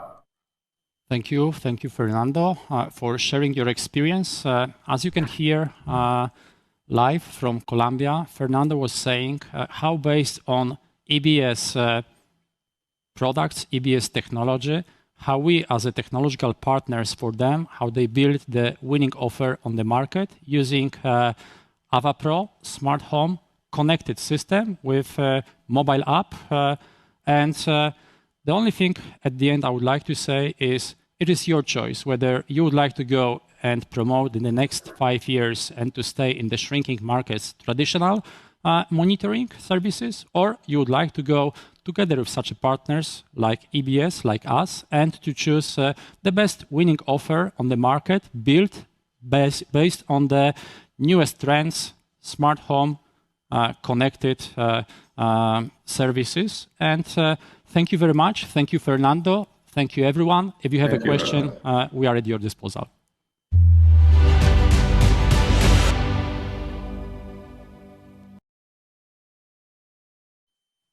Hello, my name is Adam Filisiński. I'm working in the IoT R&D in Orange, Poland. And thank you very much at the beginning for this opportunity to present some of the, I hope, interested topics from the Orange Poland side. On the beginning, let's try to present some of the main business areas we are focused on. The first one is, of course, to continue our telco core business. So to deliver the better coverage, the better services, and of course, the better experience to our customers. But we are also identified the new business areas. And one of them is the IoT and the machine-to-machine area, which we plan to continue for the next years. What is very important in this topic? The first point is to continue the better connectivity for all of the solutions on the market. So we are starting to evolve our technologies from the 2G to the 5G to guarantee and to open and to have the flexibility capabilities to the market. The next point is, of course, to try to open the possibility to deliver the IoT end-to-end solutions. The third point is related to be the player on the IoT solutions on the market. This can be addressed based on our IoT platform, Live Object, which is delivered in the SaaS mode on the market. The next point is, of course, the 5G. But the 5G is significant on this time for the beginning, because this is very promising technology for the future, is to think about the private campus networks, and we are today focused on those topics. And the last point is, of course, the eSIM capabilities. So the electronic SIM, which can be embedded on the profile of the operator, which can be changed during the life cycle of the SIM in the device. Let me let me also remind some of the facts which are very important in this strategy for us. The first point is related that over 60% of the implementations are still needed the operator connectivity. The next issue is that we, as a telco operator, have the inspiration to be also the leader on the IoT end-to-end solutions. And the last point, that we are the leader on the machine-to-machine market now, because the over 2 million of the SIM cards are in the air, in fact, in our implementations in Poland. So let's try to present some of the generic points in the much more details. So the first case is related to the connectivity. Important issue is that the 2G and the 3G connectivity are now in the end of life cycle. So in fact, important issue for all of the manufacturers, vendors, integrators is the possibility to change the 2G and the 3G technology in the future to another one. We strongly recommend to use the 4G technology instead of them and to use the 5G technology in the future. For the 4G technology, we need to also think and we need to know about the adoption of the technology according to the needs of the solution. Because each of the technology have some of the benefits, but have also some of the constraints. On the slide, we have some of the comparison, very shortly presented in the aspect of the usage of the proper connectivity in each of the verticals. Let me see on the aspect of the deployments of the connectivity technologies in the Orange Group. How we can see most of the implementations are based on the LTE-M technology, and some of the countries have also the NB-IoT together with the LTE-M. So in fact, our direction on the group will be based on the 4G LTE-M dedicated for the mass connectivity, and this is our direction which was happened from the years. And now, over the 95% of the coverage in Poland have the LTE-M connectivity available. The next point, which is very important in our new business areas, is the IoT platform. We plan to be the part of the IoT solutions on the market. What does it mean? In fact, the platform is one of the generic unit on which we can base the flexible, future-proof, and intelligent solutions. And one of the aspects which should be reminded on this point is that our platform is based on the big data and data storage. What is important in this? Based on this kind of the approach, we can guarantee that the next analysis, especially the machine learning or maybe the augmented reality and the other analytics which will be necessary in the future, which currently are as you know, the critical for the next evolution, will be adopted and will be used on our IoT data. This is our, as you know, differentiation and our significant point related to our IoT platform. The next aspect, which is also important, but together with our partners, together with the cooperation on the ecosystem, is to deliver the IoT end-to-end solution. What does it mean for us? In fact, we plan to build some of the vertical common solutions like for the smart city, for the industry, and for the other verticals. But it can be happened only if we will base on our generic assets.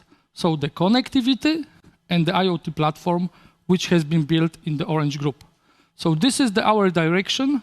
And of course, all of the partners and all of the integrators can work with us about those kind of the solutions. We have our own assets we plan to use in those kind of the implementations.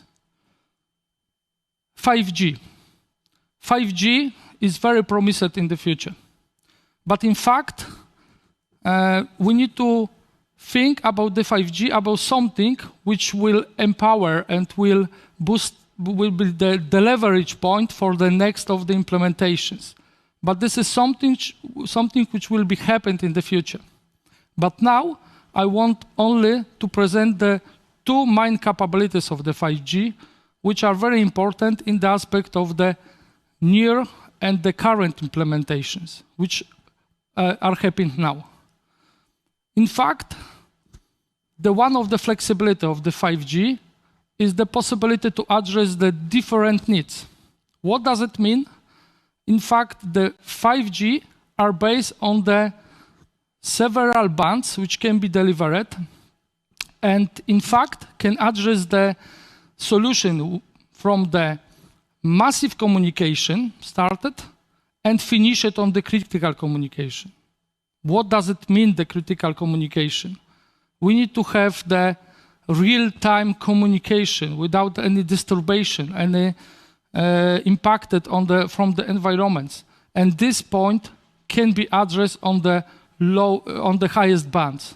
But if you want to have the solution, which will be only dedicated for the massive communication, we can use the lowest bands, which will be available on the 5G.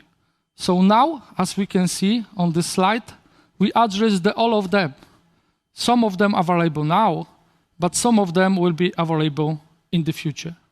But next point, which is very important on this time for the 5G, is the private network implementation. So what does it mean, in fact? If you think about something which was not available before, in which I can have my private network from the part of our public coverage, or maybe as a part of the independent hardware implementation, or the radio implementation, everything can happen in the 5G. It's very important to deliver maybe, and especially for the Industry 4.0 solutions, that this privacy can guarantee that the information inside my company, which are critical for my business, will be only available for me with the good coverage, with the good SLA, without any distribution which can be happened for the other technologies, and also with the guarantee of the privacy. Of course, the scope of the solutions for the 5G can be very flexible and can be very wide. But in fact, some of them which are very important to remain is, of course, the virtual reality, which can be coming in the real time, for the edge analytics, which can be implemented also on the radio edge. So this is something which is very important in the aspect of the latency and the real-time processing. So there are the future expectations for the 5G. And our implementation of the 5G can guarantee that we can think about this without any concerns on our side. And let's focus a little bit about our roadmap of the 5G. We are starting some years ago. So we are starting the first test in 2018. Now we are testing some of the bands, and we are also have the test with our end customers. So we have the provements that this technology is available and is working. Of course, we also have some improvements for the campus networks, so the private networks implementations, in some of our clients.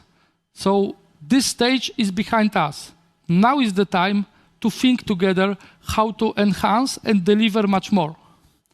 And of course, in the aspect of the next evolution, very promising is the auction which should be happen this year probably. We need to have the additional bands. We need to have the additional frequencies on which we can build the new services and offering much more to our clients and to our partners. And this is expected for this year. And for the next year, we plan to extend our campus networks offering, and of course implement the new bands and change our core of our network, because now is something which is mixed between the 4G and the 5G. Now it should be, of course, in the future, independent implementation on that. And the last point, which is very important on the subject of the capabilities and the features which are coming from the Orange Poland, is the eSIM implementation. On this slide, we can see a little bit differentiation which can be made for the B2C implementation and the end customer for usage of the changing of the operator in the life cycle of the SIM, and the usage of the eSIM implementation in the aspect of the IoT. In the first case, the consumer devices, so the end user can interact based on the available device and can invoke the process for the changing of the operator. In fact, the changing of the profile which exists on the SIM.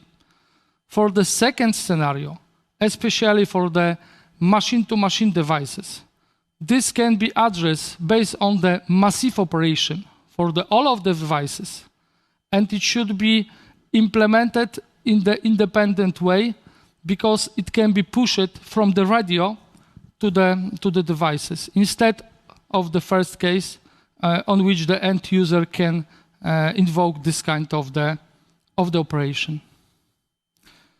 And from the scalability and from our roadmap and our implementations, we started in the December of the 2018 of the implementation of the first eSIM cards for the end customers and the B2C implementations. Of course, the secondary use is for the multi-SIM implementation. So in fact, the end user can have the 2 SIM cards with the same services in the same time. So this is something which is very important in the aspect of the features for the end customers. But our inspiration is to deliver on the beginning of the next year the eSIM capability for the IoT market. So to have this kind of the capability in our machine-to-machine SIM card. We are working on that, and it's very important to address this for the thousands of the devices. If you think about the manufacturers of the main boards for the automotive or maybe the other devices like for the water metering or maybe the electric metering and the other intelligent devices in our environments, we need to also think based on this capability to change the operator for the connectivity if there will be necessary remotely. And this kind of the implementation we expect to have on the beginning of the next year. So at the end, we let's look about our vision in the aspect of the timeline for the eSIM implementation. We know about the competitors on the market. We know about the changed market, which have the much more expectation, and we need to be in line with this. So what is mentioned, eSIM should be available on the beginning of the next year, and we hope that this kind of the technology can address some of the needs which can be presented and can be the leverage for the build of the new type of the solutions or the market on the future. And this is all of the subjects I plan to present for today. I hope that most of them will be possible to use in the aspect of the cooperation with the partners, with the integrators, and those technologies can also bring the new value for our partners and can, based on our asset, to deliver together the new services to our end customers. So thank you very much again for this opportunity to present some of the generic points from our Orange Poland view. Thank you very much. Bye-bye.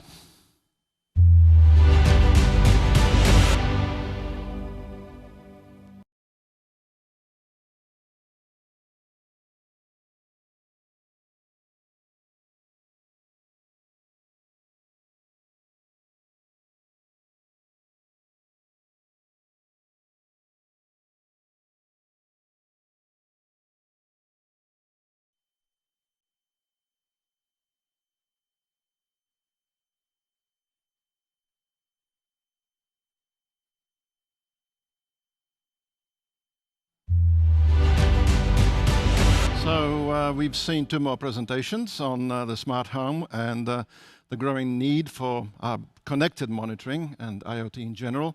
Many thanks to our speakers. And now it's time for me to take out my up-close glasses because we're going to check out what fabulous things you've been writing in the chat. Questions and comments have been coming in, quite a few of them actually, just to make sure that some of them get answered, shall we say, from a more technically correct perspective. Chris, would you mind introducing our next guest? Yes, of course. Piotr Blaszczyk has just joined us, a member of the EBS board and our R&D director. Hello, Piotr. Hello, everyone. It's great to be here today with you. Welcome along. Welcome. Chris, what are the main takeaways of the last couple of presentations? I don't think I'll surprise you, Ralph, or our guests. The smart home part was the most engaging for me. And I have to admit that I'm still really amazed by the fact that the market is about to grow from $78 billion to $135 billion. It's a very significant change, and it shows that we'd made at EBS a good decision by providing a hybrid AVA Pro board with a possibility of Z-Wave module. Furthermore, I would like to emphasize that all the topics are strongly connected to each other. Let's start with Rafael's and Fernando's presentation, where they have shown us the smart home and security markets, and add to it all the information and facts which have been shown by Adam from Orange Poland. When we take a look at a whole picture, and we'll see that all of those parts are strongly connected to each other, we'll see that this is in fact the future of the security industry. And we just need to follow this path because this is the future. Certainly that makes sense. Piotr, as an R&D director, I'm sure you have a deeper technical perspective on these presentations. Sure. Maybe I will start from the last one. A few years ago, when the rollout of the LTE began, I thought that it will be like in case of migration from 2G to 3G. Fairly straightforward. Yeah, that it will be only couple new frequencies, new bands, and there will be available global modules. But now we've got totally different situation, big challenge, because we've got different frequencies, a lot of them, different technologies in different countries, and this is a very big challenge for a company like EBS, for manufacturers. So we've started with LTE Cat 1 technology, which is available globally. And we implement this technology in all our devices. Of course, we are monitoring the field, and we are going to follow up global trends. The questions have been coming in, and just looking at some of them, probably the best thing I can do right now is to summarize and paraphrase in the simplest possible way, and that is, what are the communicator's most useful and important features? Guys, may I take the floor? Please. Thank you. Dear audience, this is a very good question, but there is no clear answer. I mean, in EBS, we have several types of communicators with different leading features. For example, for me, the most important feature can be downloading. EPX400 communicator has this feature, and thanks to this device, we can remote manage the control panel, remote changing configuration and update firmware. Isn't fantastic, yes? And for example, Piotr, maybe he's looking interesting device, interesting solution, and for them the best choice could be our Wi-Fi communicator, WX2NB. Maybe for Tolga, I think we already know that his favorite device is LX connected with LTE modem and KeyBus, because I think he knows that with this function, with this device, he's able to connect easily our communicator to the control panel, and he's able to remote manage the system by using our application, EBS Config. EBS Security for end user. And what I want to say that all our communicators have very interesting and useful features, but it's up to you what you need. But the possibilities to breathe a new life into old system, into old legacy control panel, definitely comes to the first. Thanks, Renata, for mentioning that. We can quarrel about, what is the most valuable functionality in the GSM communicator, but from the perspective of our customers, I must say that for the last 2 years, we see really high positive feedback about remote services. So remote downloading, yes. What you mentioned, Renata, it's really a great functionality, and we see the grow in the sales of the communicators which have this functionality. I can only add from the perspective of the big monitoring station all over the world. Right now, I see that the tendency is that on the monitoring station, they've been creating separate rooms with the technicians who are doing remote services, not only to cut the operational costs, but also to bring the add value to the final user and customers. So they start offering such a service to the final customers, like possibility to change the time for going out from the home. And this kind of the services is the future, remote services. So in this case, I would like to quarrel because there's a lot of value in the EBS communicators. We are the worldwide leader, but I must agree, Renata, of course, with you. Thank you very much. Thank you, Rafał. Creative disagreements between engineering and customer service. Always a good thing to see. Piotr, anything to add to this? Yes, I would like to emphasize or focus on one of feature, smart communicator feature. It is something new in our product. Renata said about legacy alarm control system. As people, we don't want to remove or throw it away things which are still working. We don't want to spend money, but we would like to give, sometimes we would like to give them a second life. We'd like to add some new feature, and this functionality, smart connector feature, allows make all control panel connected. It means that we do not have to remove whole control panel, whole system. We need just to add our communicator to make our system connected, to make it and give old system security a new life. That's right. Nobody likes to throw things away while they're still good. Now, let's go to America, if we can. Avi and Megan, great to see you guys still with us. Thank you for staying along. We won't keep you much longer. Questions are coming in, and probably the most interesting one for you guys is your knowledge of the US market is obviously deep.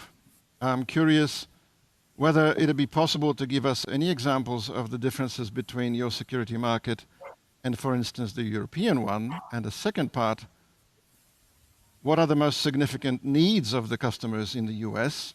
Could you give us a few words how to message these clients? Maybe if you would take the first one, Avi, and then Megan the second, I'd be most grateful. Absolutely. Thank you so much for the question. It's one that we've discussed and struggled with for many, many years. I've been involved with the security market for decades, and it's always been about how do we make our products from America work in Europe, and how do we make the European products from Europe work in America? The American public has always been a little bit more sensitive about security issues, and they've been willing to pay for security, whereas in the European market, there's been a hesitancy to the recurring monthly revenue, to the topic of paying for security every month. Here in America, it's quite the norm. People are used to paying bills on a monthly basis. They're used to paying for services on a monthly basis, whether it be content or cable or telephone or cellular, and security becomes just another bill that we pay each month. The American public, though, although being much more happy about paying a bill, certainly wants to get the value for the money. And so there's always a drive for value in that payment. And so they're looking for greater services. They're looking for better flexibility. They're looking for long-term relationships with companies that provide excellent customer service. And so what we found here in the United States is that over the last few years has been a consolidation in the central monitoring companies that provide these services, because they're able to shore up the customer service that they're able to give to the end user. It's been very successful here, whereas in the European market, the just-in-time security market seems to be the norm. People go away for a few weeks and are willing to pay for have their security system monitored live while they're away, whereas here in the United States, we are willing to pay for that on a monthly basis. A little bit of a different in the personalities and in the buying personalities of the European market versus the American market. Megan? Thank you for having us. I'm Megan with BlueSap Partners. I think when it comes to messaging in the US market, of course, the first audience and the primary audience is the channel, so the distributors and the dealers. And we first need to establish clarity because EBS is unknown in this market. So we need to tell them that EBS is an innovative global security leader, and we need to establish trust and credibility there first and foremost. And I think there are a lot of proof points around that we can talk about.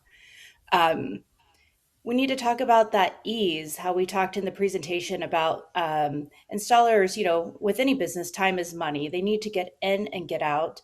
The technology just works. I think that's kind of a given message, but speed of just getting in a house and getting out, you could do a lot of installs. So the speed is the second message. The third message is compatibility. Don't worry, we're going to be compatible with most alarm panels in the US. So again, that message, that subtext, you're going to make money. And then fourth is, again, it's hitting on that RMR, that recurring monthly revenue. So you're going to enjoy the benefits of our business model, of this RMR. So those are the main messages for professionals or for the channel. When it comes to end consumers, it's very similar but different. I think we do need to establish credibility. We need to give them that peace of mind that they're covered, that it's just going to work. It's a message modernizing their existing technology. I think that's a big message. Privacy, as we talked about in the presentation, Americans are very concerned about their data. So EBS isn't going to say data, right? Big Brother, the huge competitors in America, and then that you're saving money. For a lot of people, they are saving money in that they're getting rid of, they're going analog cellular, they're getting rid of their landline, and it's a lower monthly payment than having a landline and paying their previous security solution. So those are the messages I think we would choose for the US market. Thank you, Megan. All the pieces of the puzzle need to work together, of course. As I said, like You did say that 5 minutes ago, yeah, didn't you? Exactly. I did. Thank you both very much indeed. Thanks again for staying with us and for contributing. One more in this session, and this one goes to Fernando and to Rafael, and it goes like this. I have a question to the presentation about the connected world. What are the main differences between traditional and connected monitoring? Could you give us some examples and let us know what it really means for the end customer? Thank you for this question. I think we need to repeat ourselves these topics to properly understand it. But from my perspective, as a commercial director here in EBS, traveling around the world, knowing the biggest monitoring station and the trends, I want to say that connected services will revolutionize our security industry in the next 3 to 5 years, and we need to be prepared for this one. It will not be the same like it was 3-5 years ago. Just to give you an example, traditional services and traditional control panels, they've been arm and disarm only twice a year, in the morning and afternoon when we are back from the work. So basically the interaction is very low. But I will surprise all of you guys that based on the market research, probably between 20 to 40%, depends on the market, between 20 to 40% of the people do not use the control panels. So it means that for us, we are going to lose very easily those kind of the clients because the only distinguisher is the price. So in order to change our offer into the winning one, we need to transfer and what the clients expecting from us as a security industry is to add value to our offer. What it might be, definitely, it's going to be a connected services and smart home solutions. So it means that from any place all over the world, I can interact with my system. My whole family is safe. I can see whether my son or daughter came back from the school, and I can see the live view. And that's the big difference between connected and traditional, where in traditional system about 20 to 40% people do not use it. So it's a huge difference, and we need to absolutely switch our offers because those who will stay in the traditional market, which are shrinking, will disappear from the market like Nokia. I'm laughing because that's exactly me. I turn this thing on when we go away on long weekends and on holiday. I guess I'm in that group likely to buy a connected service in that case. Fernando, what would you like to add to this? Thank you very much, everybody. But it's right. What Rafael said is really right because our lives are here, are in our phone, and with the traditional control panels, we cannot use our telephones in very simple things. You know, here in the Latin American market, the security is a very critical and important issue, but there is no culture about security because the people don't want to pay monthly for a control panel for a monitoring services. So we have to add new kind of services. We have to add some remote control of some toys. We have to control remotely the control panel, arm and disarm, active some inputs, outputs, and so on. So with that kind of additional service, they can use from their phone. We can increase the number of customers for the monitoring station. Otherwise, with the traditional control panels, we cannot do that because it's the same service always. You can find here in our market the same monitoring offer for the customer, the same as 20 years ago.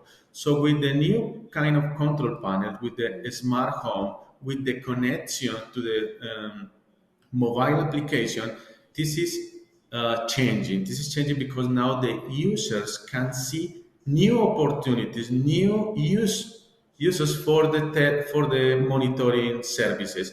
The main problem of the monitoring stations here in the Latin American market is how to keep the customer, because the customer is paying monthly, but they don't see any additional service.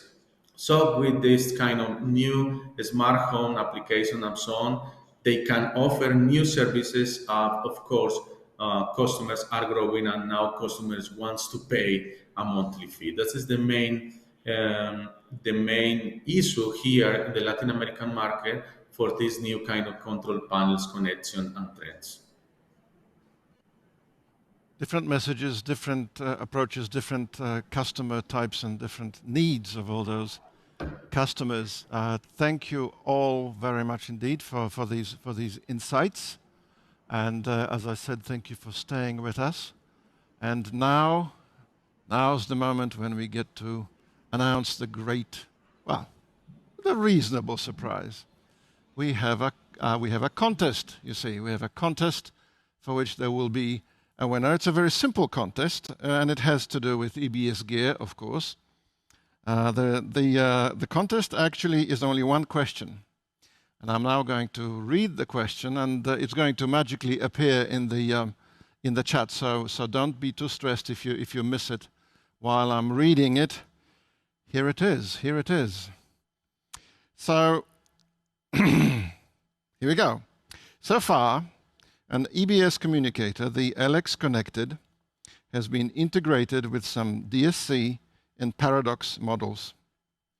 What are the main advantages of the KeyBus feature, which internally at EBS is called Smart Connector? What kind of opportunities does it give? And considering all of this, in your opinion, what are some other control panels with which it should be integrated, and why? The winner will receive a €150 Amazon gift card. They tell me a thing called Black Friday is coming up. I don't quite know what that is, but they tell me it's exciting, so might be just in time. And the person who will send us the best answer, as picked by an EBS jury, will be sent the gift certificate following the close of the conference. So thank you again, everyone. Thank you to our guests coming in by remote. And let's take a little break. Have some coffee, have some rest, give some thought to the contest question. And we'll be announcing the winner later on this afternoon. Now, please be back within 10 minutes or so, because we'll be starting in 15 minutes sharp. We'll see you again very soon.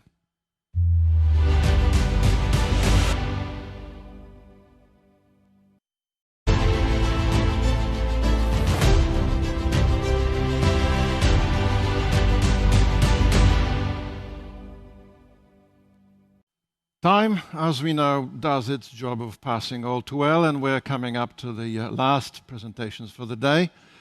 What can we expect from this next one and the last one? The Google Cloud presentation should show us how cloud solutions are becoming more and more relevant in all kinds of industries, including, of course, the security one. I think that this is the future, and I hope that Mike and Rafał are going to show us how fast we're going to get there, and also how much effort they have to put to make those cloud solutions secure. The other presentation, however, it's going to be an example of solutions based on a cloud platform. And I think that we're going to hear some information about data. And as we know, data is a very significant topic nowadays, which is both fascinating and challenging. But due to this topic, we're going to move even further to a subject which we've been hearing about for many, many years: artificial intelligence. And it's here. And it's here. It's here now. And I'll be totally honest with you, Ralph. I can't wait to hear Marian and Danny and what they're going to show us. There's only one way to find out. Let's get started on the final part of today's gathering. Please welcome Mike Skowroń and Rafał Banaszkiewicz, and then Marian Cabrera and Danny de Villiers.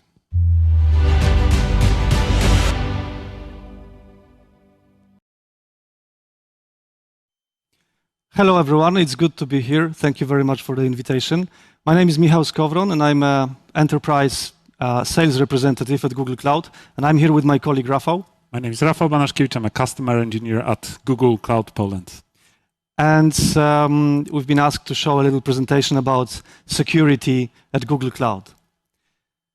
So if you haven't seen it yet, you can scan the QR in the upper left to watch the inspiring YouTube documentary about the event which took place back in 2017.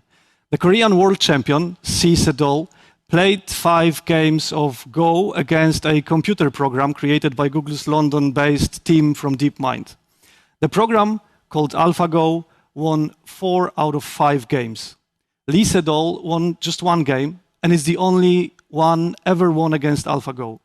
The machine is still learning, gets better, and you just can't be beaten by human in the game of Go anymore. This proves how heavily reliable the machine learning is today. A security industry providing guard and patrol services has a lot of use cases for machine learning. Connected devices, all IoT devices, can collect the data, structure it properly, build an algorithm, you can visualize the insights, and there you go. You can make better decisions. The whole process can be automated to send signals back to the devices in order to take some prescribed actions. This technology can be helpful in so many ways. Computer vision is a great example of how machine learning is transforming the whole industry. IP cameras are easily accessible, the amount of them is countless, and computer vision delivers high accuracy on person identification under different camera angles, poor light conditions, and long distances. You don't even have to train your own algorithms anymore. There are general purpose solutions offered by public cloud vendors. Innovations like IoT, data science, machine learning provide companies with competitive edge, but also create a technology stack which needs to be secure, accessible with zero trust, highly available, and always on. That is the promise of cloud, but many organizations see the move to cloud as something that creates risk. Their infrastructure becomes invisible to them, which makes them feel less secure. At Google Cloud, we think the opposite. We believe that moving to cloud can help organizations improve in every aspect of their security, from the user access to the device, to application, to platform. Rafał, could you please tell us more about how can we move on with the invisible security using Google Cloud? Definitely I can. So it's only called an invisible security, but in reality there's a lot of technology behind, a lot of people effort just to provide so solid, rock solid even infrastructure that Google has at the moment. So we've been doing that kind of business many years, and also Google decided basically to open up its resources and infrastructure to provide the cloud services. We have tremendous amount of space which is being used to build the data centers. We have, we are delivering the networking capacity to those objects, power. We need to think about literally every aspect, from the physical security towards the IT security on the highest layers.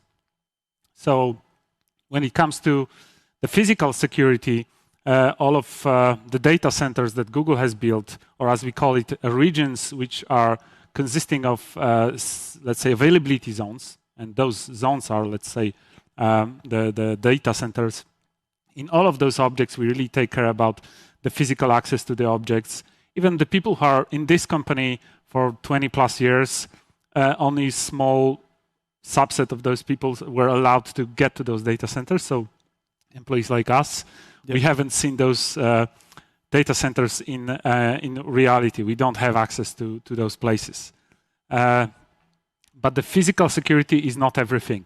In order to secure the applications, customer applications that are running in the cloud, we had to also secure the infrastructure which is interconnecting all of those data centers. So on this slide, those blue dots which you can see are consisting of those availability zones, which I was talking about previously. And you can imagine that each of those regions has its own redundant power system, redundant cabling, redundant networking. The whole, actually, Google Cloud Platform is interconnected even with the cable systems, with the subsea cable systems that we have built on our own purpose. Here on this slide, you can see an example, a ship, which is the type of ship is being used to build the subsea cables, and kind of funny image on the upper right. For those people who are deep into networking, they probably know the name of the application, which is called Wireshark. So the Wireshark is on the top right corner. But it's not only about networking security. It's also about the security and safety of our own IT systems, of our equipment like routers, switches, servers. Google designs everything on its own. So basically, we cooperate very closely with the manufacturers who are building, let's say, CPU processors and putting some suggestions from our side. But also, we take care about the security of literally, the silicon chips. We need to figure out whether there were any, whether there are any security problems, like, in example, putting some kind of backdoors or trial systems into the chips that we are using. We have also designed a Titan chip, which is visible on this slide, which is responsible basically for taking care of the booting process when the computer starts up, when the system is booting up. We need to check whether there is no intervention in it, whether nobody tries to put any kind of malware. Hence, all of those aspects also related to hardware and operating systems. Security is very important to us. But when it comes to security on even higher layer, despite the fact that we are taking care of the hardware, Google has also built its own infrastructure to mitigate denial of service attacks. So as you can see on this graph, the DDoS attacks are growing exponentially. And somebody who does not possess so much capacity in the network, for somebody who does not possess so much computing power, it's really difficult to handle those DDoS attacks. And DDoS attacks can take down really the whole organization, whole websites, even can block completely your business for hours. But I have even seen the examples when some website was down for even a week. So when it comes to the real story that I can tell you about, a couple of years ago, there was a person, and there was actually an activity from the botnet, which was called a Mirai botnet. And that botnet was installed on many IoT devices, many cameras, many multimedia players, where the attackers were able to initiate DDoS attacks towards a specific victim. So there's a person whose name is Brian Krebs, and he basically found out who was behind those attacks and who was behind that botnet. He decided to cooperate with the government in the US, with the federals, and revealed the names of those people to him. As a revenge, his website blog, which is called Krebs on Security, which I highly recommend you to have a look at. As a revenge, his website was attacked by a volumetric DDoS attack, and the security service provider, which was offering him a let's say pro bono, free of charge services, decided to take down this platform because they were not able to handle such a huge amount of traffic. Hence, Google decided to help him out. He was moved to the Google Cloud Platform, and also we have an initiative for the people who are working for, let's say, the freedom of speech activities, or who are that kind of activities at Brian Krebs. We decided to offer him participation in our project, which is called Project Shield, where we basically provide such a services free of charge for those people. So that gives you the scale of, let's say, networking needs and computing power that Google is capable to deliver. Hence, this is like super important to also look at everything on a different layers, right? I started to speak about the networking, the physical cables. I started to talk about server security, but there's also more to it. More also topics like, in example, data security. How do we assure that our customers' data is safe? There is also the authentication part. So how can we assure that only specific people should have access to it? And finally, there are, let's say, application attacks or potential security problems with the code that customer is running, which might be vulnerable to such a security attacks, layer 7 attacks, or even volumetric layer 4 attacks. When it comes to data, there's quite interesting story how, in example, Google Cloud is actually managing the security of the data which belongs to the customer, but is stored on all of those machines and servers and disk drives that Google operates in the Google Cloud Platform. So you can imagine that there's, in example, one file being uploaded to cloud storage, and that file is being divided into smaller chunks, smaller pieces of data. Each of those chunks is being encrypted with a different encryption key.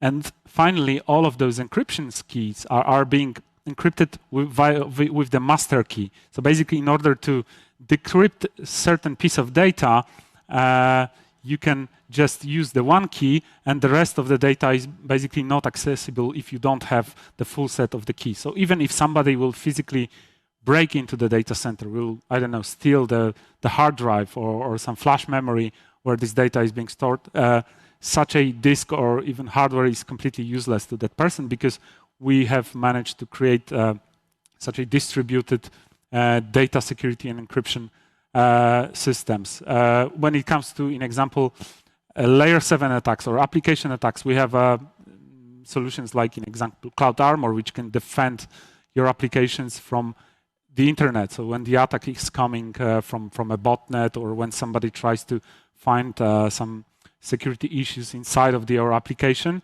you can use Cloud Armor to mitigate such attacks. You can use Cloud Armor to also mitigate volumetric attacks. Everything which is hidden behind this infrastructure on our side, or infrastructure which we call a global distributed networking load balancer, is protected on the networking layer, on layer 3 and 4 by default. So the customer does not have to configure anything. This is something which we provide by default with the services like Cloud Armor. This topic is basically endless. We could talk about it for hours. I could mention even more technical details about the solutions that we can provide. I can speak about authentication. I can speak about data security. I can speak about things, in example, what happens when our support engineer takes a look at the customer applications which are running in the cloud because customer reported some problem.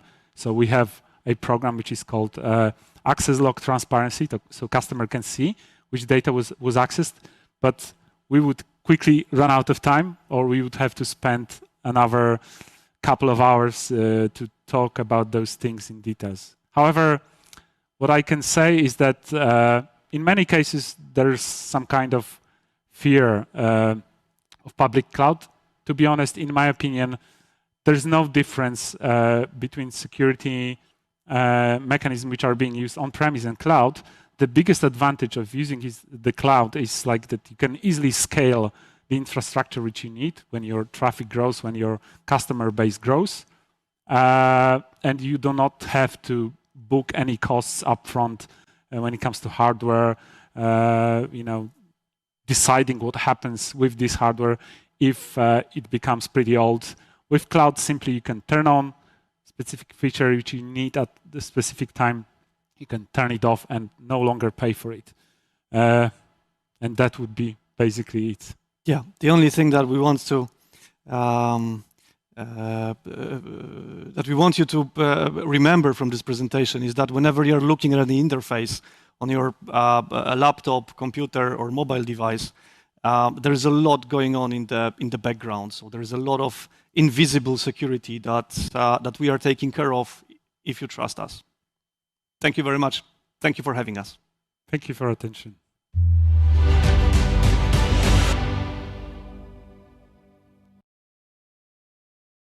Good afternoon, ladies and gentlemen. I am Marian Cabrera from ActiveView, and today with me, my partner, is Mr. Danny Vivier from ActiveTrack South Africa. Hi, Danny. Hi, good afternoon. Hi, everybody. Thank you for joining us today. So, we are here to present to you ActiveView as a company, the solution that we provide, and also how artificial intelligence is relevant to us and how we are working on something revolutionary to benefit you and your partners. So first of all, I would like to tell you, what is ActiveView? What do we do? Our company provides a monitoring solution for the companies to not only increase security, but also to increase efficiency and effectivity of the people in the field. Our ecosystem is composed of different facets from the hardware, middleware, and different platforms. The hardware serves as the data collector. We have the softwares and the heart of our solution, the ActiveView platform. It is a web-based solution that enables you to monitor your people in any parts of the world at any time. We are also able to integrate our solution to different monitoring softwares that you might be using right now. So that's why a lot of security agencies, a lot of companies likes to work with us because we like to work also with other softwares. Currently, 90% of the implementation of ActiveView as a company is in the security industry. But we decided to expand our portfolio to 80 mobile applications to serve other industries as well. This is industries such as education. We also expanded in utility companies, energy sectors, hospitality, and many other more. It is very important today that we invest in technology to increase the productivity of our people, especially with the rising salaries around the world. So what we did is that through ActiveView solution, your company can now monitor the SLA levels, KPIs, and to make sure that your workers in the field are following the compliance. Now, I would like to show to you what are the different products of ActiveView as a company. First of all, we have the GetNord phone. This is a military-grade phone that you are able to use from us, and you can actually have your AT mobile application. We also have here the ActiveTrack, which is something that most of our partners have been using for many years. We also have, of course, the application itself, ActiveView platform. We also decided that to be able to be effective, you have to have a control sometimes on the phone.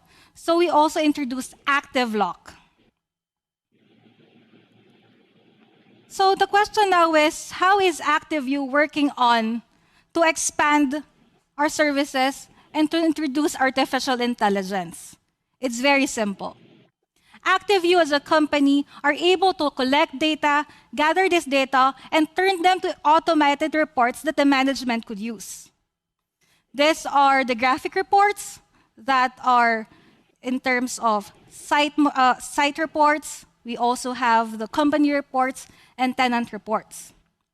Data is just data if you have raw data. What is important is how we process and use this data. And in ActiveView, the management can now use it to be able to make use of it. But right now, we have technologies such as artificial intelligence, which Danny will later on talk about. Artificial intelligence gathers data. These data are processed, stored, and used to be able to predict probable outcomes or to also observe probable abnormalities. This is very important in security.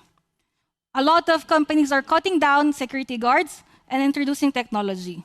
So that's why artificial intelligence is relevant, and ActiveView data is able to provide this information to make use in the artificial intelligence technology. Today, I have Danny to talk about ActiveEye, and what they've done in their company to expand the active track services monitoring in South Africa. Danny, tell us more about it. Yes, thank you very, very much. I think, well, we've been in this journey now for 4 years, and it's been extremely rewarding because I think the future is the use of artificial intelligence, and the kind of catchwords that you were using is it's all about data. And I'm very passionate about the old active track system, the robust military grade, the original the track. Well, the original active track was, if everybody remembered, was Active Guard. Now we have the active track GPS enabled product, which we've all come to love and have been using for a long time. But the point is, what that's still, it may not have all the functionalities of the modern smartphones, etc., but it's still providing data. So, and everything goes into ActiveView. So what we have done, just to start off with, before I go into what we've done in terms of our machine vision, what we've done is we've been able to harvest the data and then get richer reports out of what is basically a very simplistic system. So now, basically, we can now, because we can now look at exception reports such as the quick patrols, the GPS locations leaving a site, the false patrol. So if a person doesn't move while they're clocking all the data, that is a report that we can actually report on. So firstly, manipulating the data that's already available in ActiveView using the original active track system has made our reports or our reporting ability so far more richer. But what the COVID environment and the pending IoT economies are going to show us is that the data is king.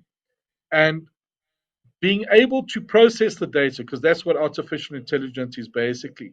Artificial intelligence is the ability to mine these data lakes and come out with reports and that make sense to people, to management, and more importantly, to be able to predict in terms of the trends that data shows points at us to. So just the important note is that the biggest revolution in terms of our experience in the artificial intelligence development was the advent of the GPU computing. So NVIDIA has brought out 2 products. It's called the Jetson, the Nano Jetson, and the Xavier. And through the Xavier, we can do 36 TOPS. That is 36 trillion processes per second at a ridiculously affordable rate. So it's that one little step that us lay people can get close to quantum computing. And then because of the advanced, because of the processing power, we've enjoyed a tremendous emphasis or momentum in terms of our development of our 64 algorithms that we purchased when we purchased Iris AI. And it enabled us to take simple, normal cameras, 2 megapixel, even analog cameras, and enhance them with machine vision. So through machine vision, we can now take a camera system and we do all the large malls in South Africa. So in some of them, we've got up to nearly 2,000 cameras in a mall. On average, on a mall, we're looking at between 400 and 600 cameras in one of the large malls here.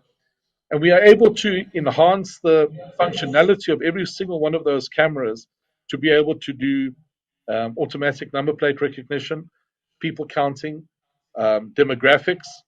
So anybody they see in the picture, we divide up into male, female, and the different demographics that we have in our country. And believe you me, we've got a lot of them.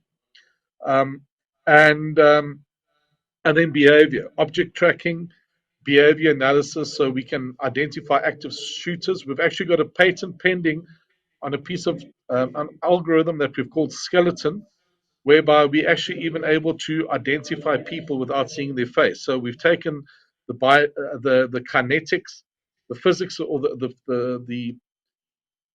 the science of kinetics, and we've made that into an algorithm, and we've had great successes in to be able to identifying people without their face. And this is obviously very important, which in terms of our act down there, which is called POPI, the Protection of Private Information Act.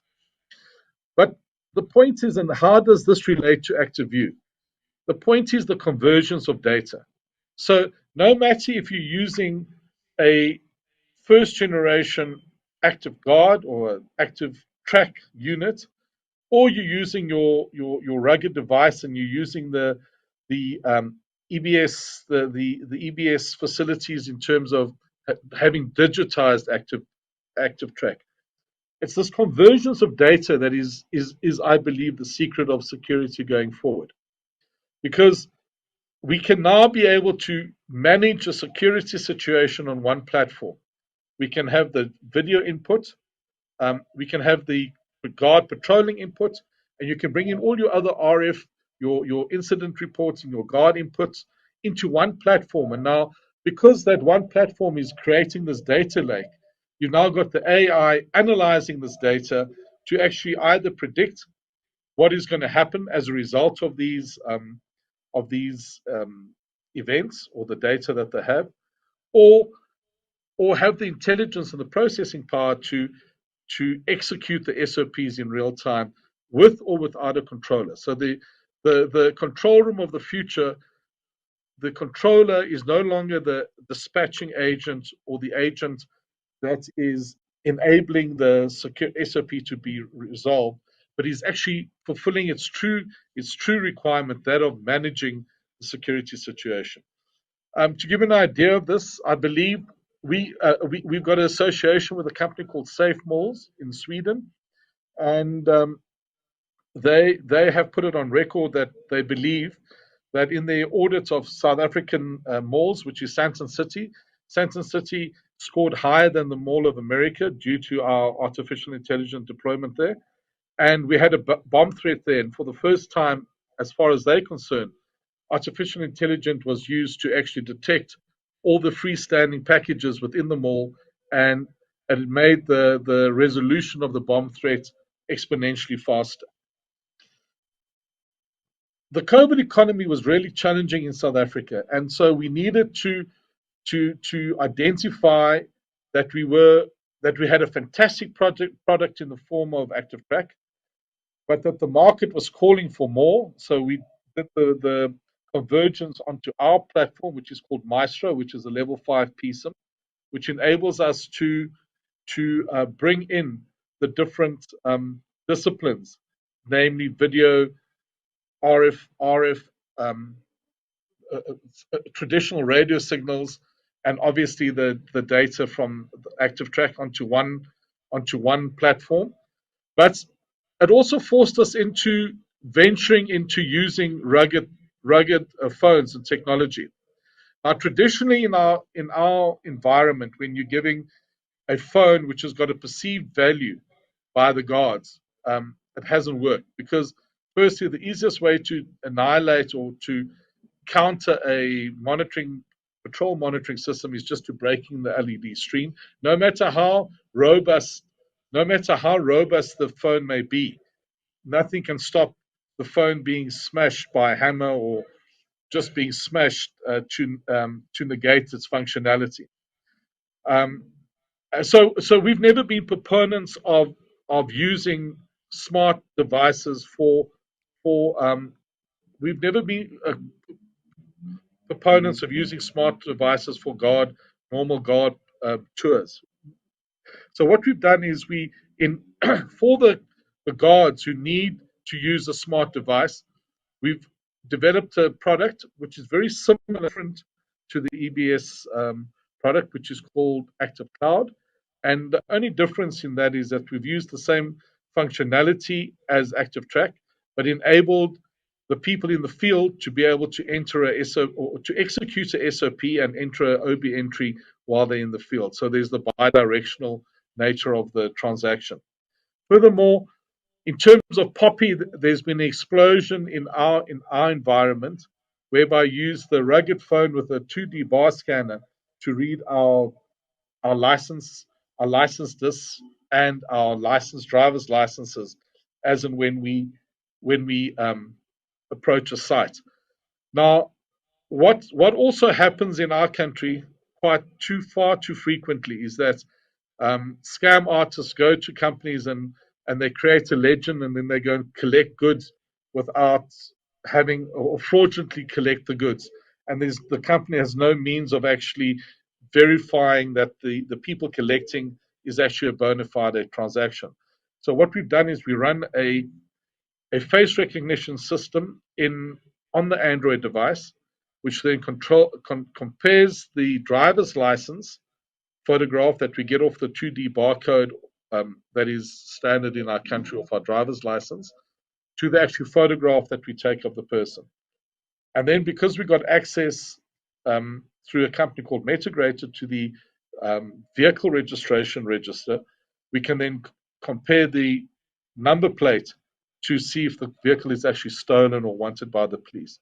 So all of these aspects uses algorithms, uses AI to basically optimize the use of security programs, but then enabling the exact assets that are already on site. Because in the COVID community, everybody is counting every single cent that they need, especially the property development companies who own these malls, because vacancies and tenants are very difficult to get by as the aftermath of COVID.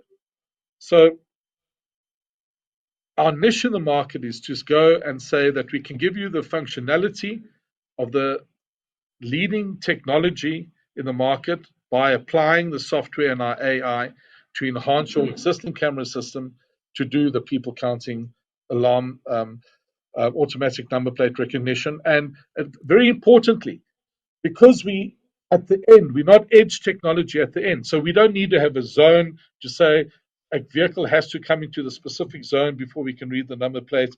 We don't have to have a zone where people have to walk through to be able to do accurate number counting. And in fact, and I'm digressing a bit, what actually gave us the impetus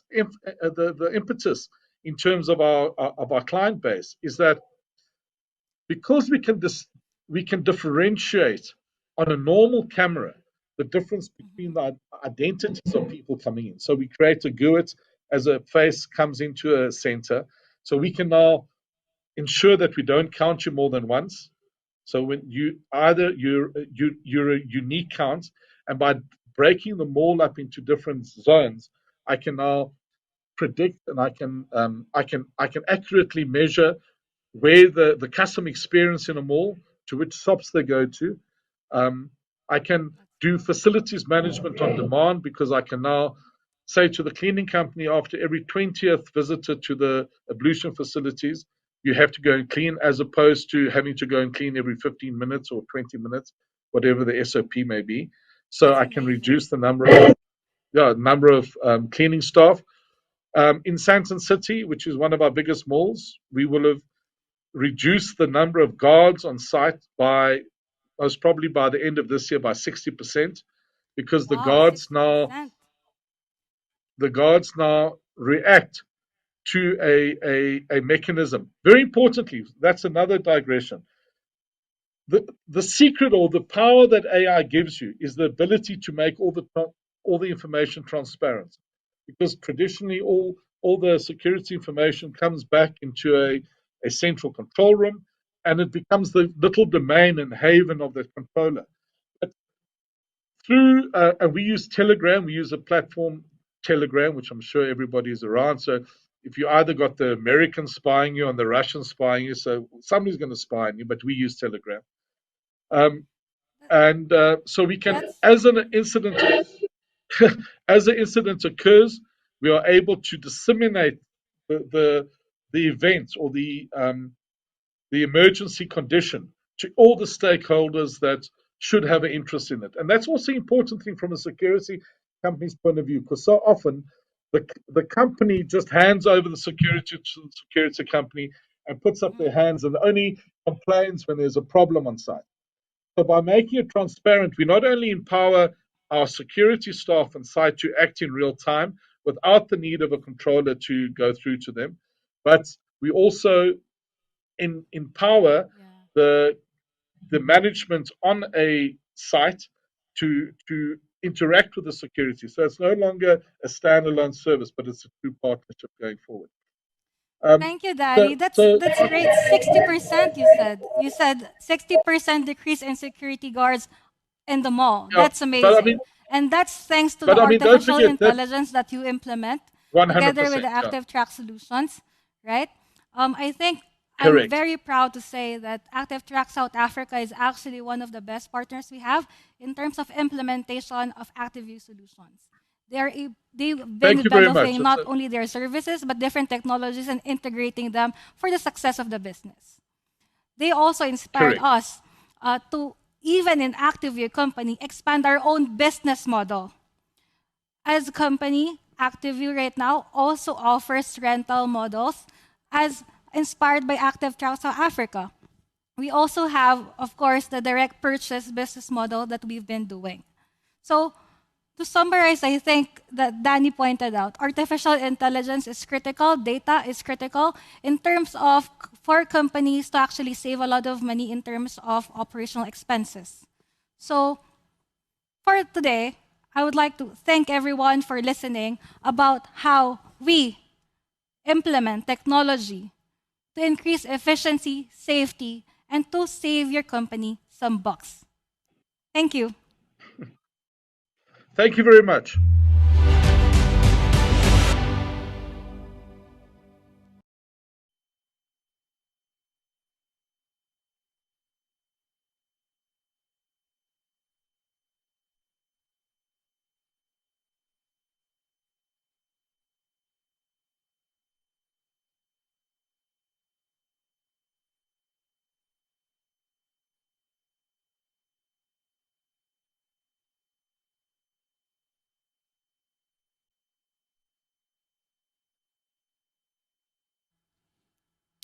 And we're back. We're back.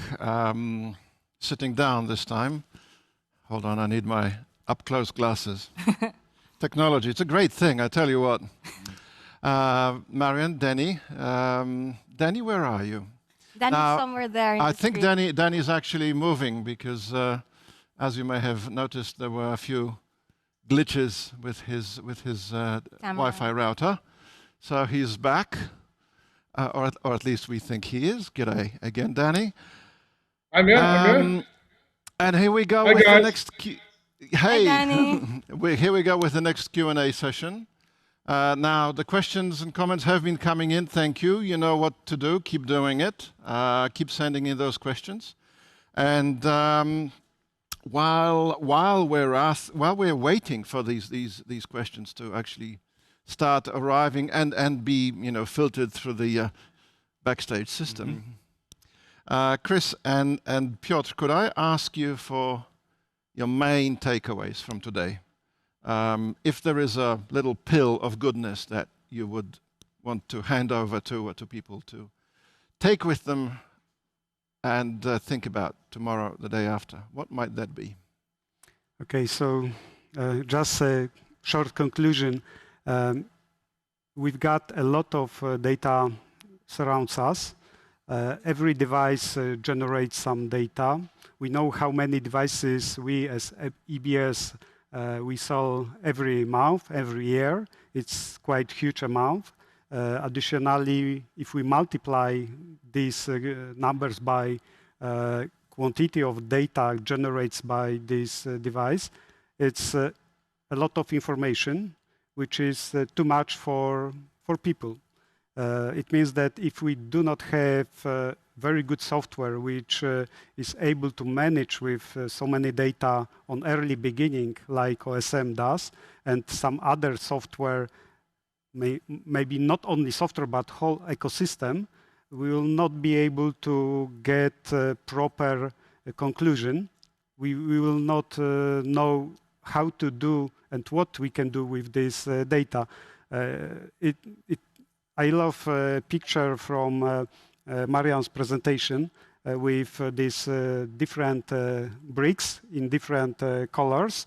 and what will happen, what is happening during different stages of data processing. So on the beginning, we've got big mess.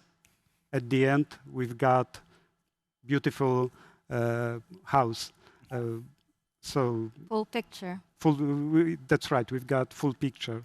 It means that if we do not have professional software, good software, we are not able to get good conclusion. Yeah, I do have to agree with Piotr's statement. And right now, I think in today's world, we could consider that data is actually one of the biggest assets. This is why big companies are generating all our data in different ways, right? So technology is how we use it. Technology helps us utilize raw data to something that helps a company grow their business, increase their efficiency, or earn more. So this is also why we believe in ActiveView company.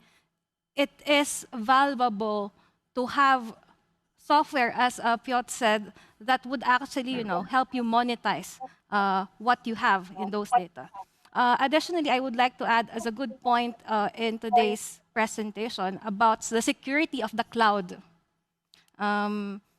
During the presentation earlier, as I was watching my other colleagues, they pointed out how secure is the cloud-based solutions, which is something that ActiveView also is working in.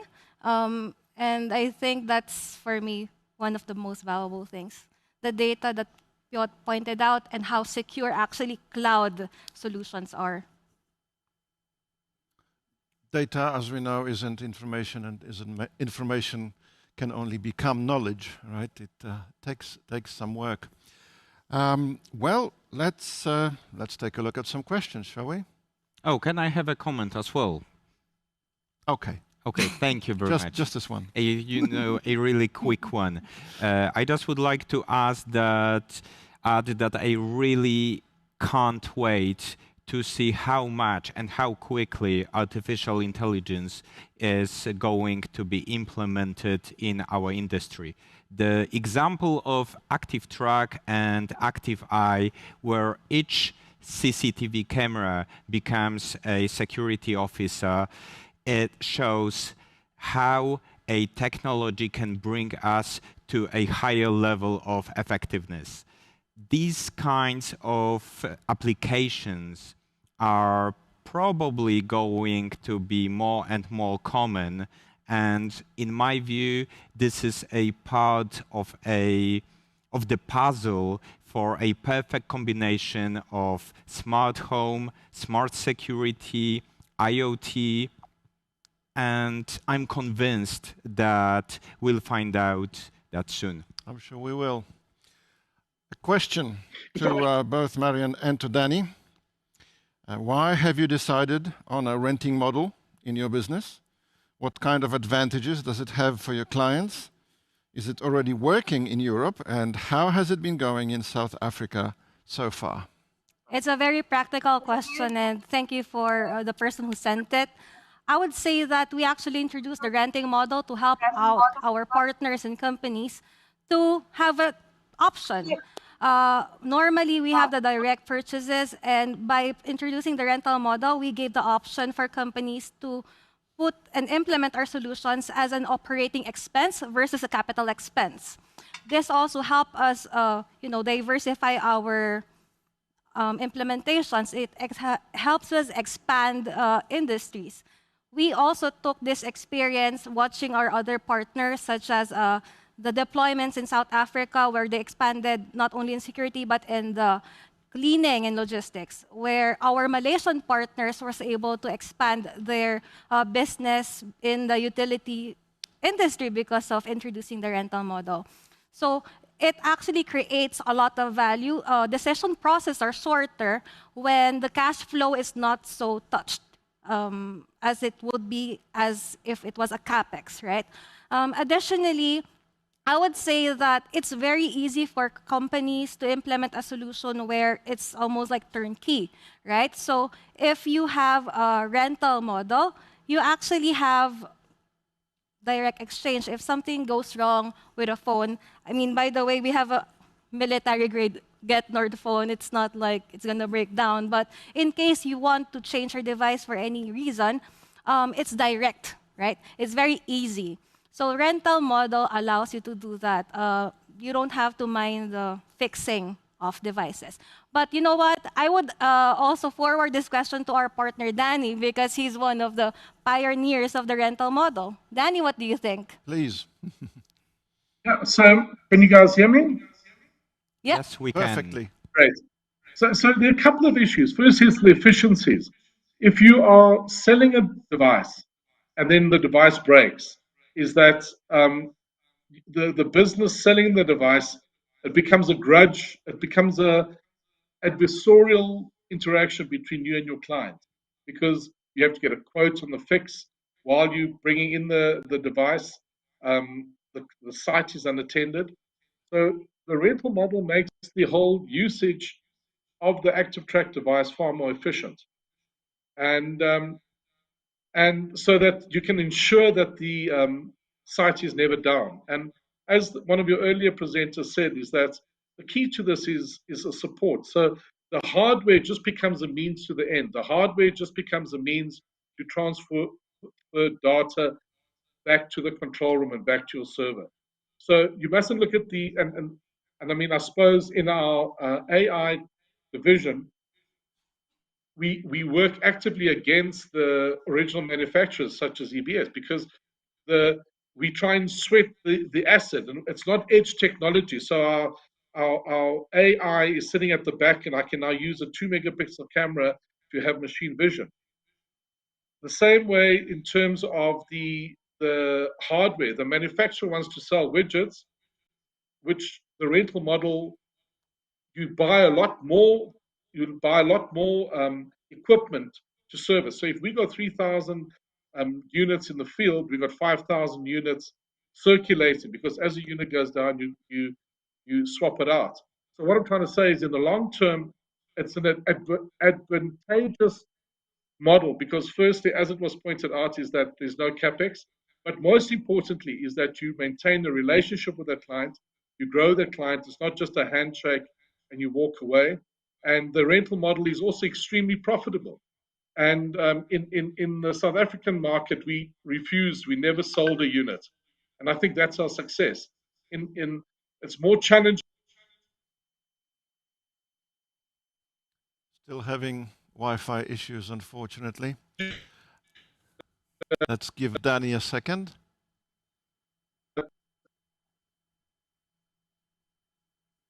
No, not this time. Very well.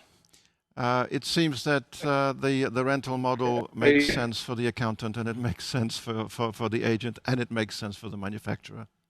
And the end users as well, because as Danny pointed out, it's just easier for them to have a turnkey solution. So yeah, I'm very happy that we have this option for our partners, and I'm very happy that we are also getting a lot of interest from different institutions in different industries, not only in Europe, but also in different countries, about the rental model, because they see the value in it. This pandemic time, people want to convert OPEX than CAPEX. Well, flexibility really is important to everyone these days. Exactly. Chris, any I final just thoughts? would like to add here, just to summarize what Marian and Danny have told us, that it's also the matter of cash flow. So for companies, of course, it is a solution that for a longer cooperation might makes more sense. So it's beneficial, as you've also said, Ralph, beneficial for everyone. Very well. Thank you. And thank you, Danny, if you can hear us. It's time to... it's time for a drum roll, actually. We're going to announce the winner, ladies and gentlemen. Do we have a drum roll? No, we haven't got it. Yeah, very good, very good. Thank you, Marian. We have a number of really quite interesting ideas and thoughts on the question, and the EBS jury has spoken. I have in front of me an answer which clearly was thought out, and this person has spent quite some time figuring this out. I will read out the answer first, and then I will read out the name of our winner. So, if I go back to the question, so far, an EBS communicator, the LX Connected, has been integrated with some DSC and Paradox models. What are the main advantages of the key bus feature, which internally at EBS is called Smart Connector? What kind of opportunities does it give? And considering all of this, in your opinion, what are some other control panels with which it should be integrated, and importantly, why? Here is the answer. The main advantage is clearly its easy connection and integration with the most commercialized models in the market of DSC and Paradox, in addition to a client which will have the use of being able to arm and disarm his alarm panel completely, as well as knowing which zone has been activated, knowing about low battery, the armed disarmed status, etc. On the other hand, for monitoring centers, it is a good option, as in addition to receiving events in any monitoring software, they can deliver a mobile application to the client if they wish. It should also be integrated with Vista panels, which are also a strong point in the market. The disadvantage of the app is that it does not yet have the option of partial arming, only total. And this comes from Arturo Jaque, or Jacques, and if I just mangled the pronunciation of the name, I apologize. So Arturo Jaque, you are the winner, and the EBS staff will be in touch with you promptly as to where they should be sending that mail pigeon with the Amazon coupon. Yes, we will. Attached. Congratulations. Well done. What else do we have? Unfortunately, not too much. We are getting to the end of this part of our conference, which is a pity because it's been going really well. Time flies. It does. Yeah, it does. So on that happy note, may we thank everyone who's taken part in our little gathering today, all our speakers, panelists. Thank you to the many hundreds of viewers all around the world. This has been most exciting. And thank you, Chris. Thank you very much. For those of you who have expressed an interest in the webinar, it's coming up shortly. Information about it will be up on the screen in a couple of seconds, I dare say. 2 members of the EBS R&D team are going to demonstrate 2 devices from an installer's point of view. LX Connected, the newest EBS communicator, and also Ava Pro Easy Install, another device which has only just been launched. These will be demonstrated, and we will see how easy they are to install and integrate. Enjoy the webinar.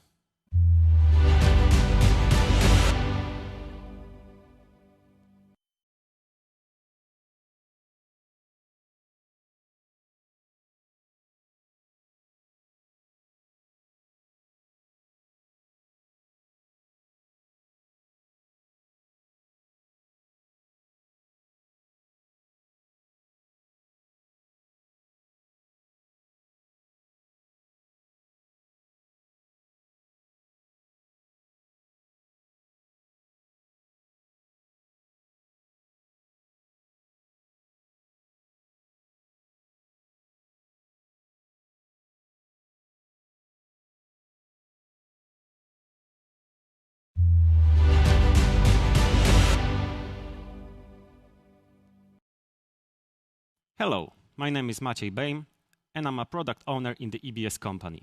Today I'll have the pleasure of conducting a workshop regarding Ava Pro Easy Install. Ava Pro Easy Install is a pre-configured set that can be installed in less than 15 minutes. While designing this product, we had 2 main goals. First was to shorten the time of the installation. In order to reduce the time spent on the site of installation, and to reduce the number of contacts between people involved. The second goal was to create an alarm system set that can be installed even by a non-technical personnel. That is why, in order to install this set, we don't need to have any programming tools, such as programming cables or applications on our laptops or mobile phones. We don't even need to have a screwdriver. And this is why I'm going to show you today on how to fully install this set. But before we do it, let's have a look on what does the set consist of. Inside of the suitcase casing, we'll have few elements. First of the elements is the alarm panel casing. Inside of it, there's the alarm panel AVA Pro mounted. There's also a GSM module already connected to the alarm panel. Both the module and the alarm panel board already have their internal antennas connected to them. Moreover, inside of the casing, we'll find the battery and an acoustic siren. As a part of the set, we'll also find 2 PIR detectors and 2 remote controllers. Inside, we'll also find an installation guide and a sealed envelope containing randomly generated user codes that can later be used in order to register the alarm panel inside EBS Security mobile application. Let's now have a look on how to install the system. The installation process consists of 3 fast and easy steps. First step is connecting the power supply to the AVA Pro control panel. We can do this by using the connected power supplying cable. Simply plug it in to the power supply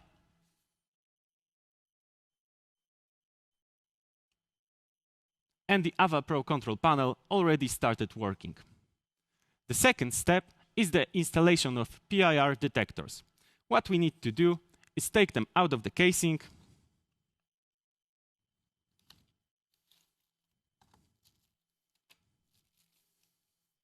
and we can start working with them. Let's have a closer look on how to do it. By using the button on the bottom side of the detector, we can open its casing and remove the battery isolation. After closing the casing, the detector will automatically connect to the control panel. Now, all is left is to mount the detector onto a wall. We have 2 possibilities of doing that. First possibility is using the provided mounting pads, or a second possibility by using the provided double-sided tape. The second option is designed for fast and easy installation. All you need to do is place the double-sided tape onto the detector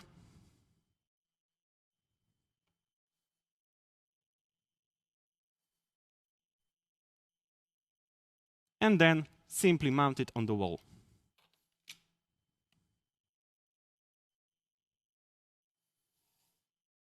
The third and final step is enrollment of the remote controllers. All we need to do is take them out of the casing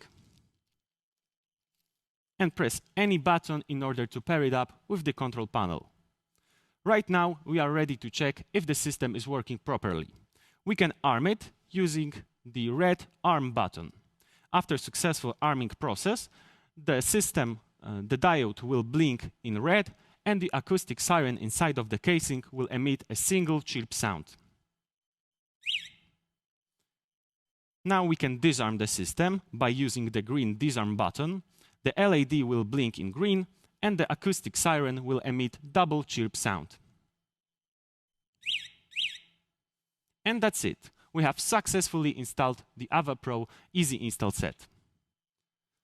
At the end, it is worth mentioning that the presented AVA Pro control panel was created by EBS as a part of the project partly subsidized by the European Union. Thank you so much for your attention.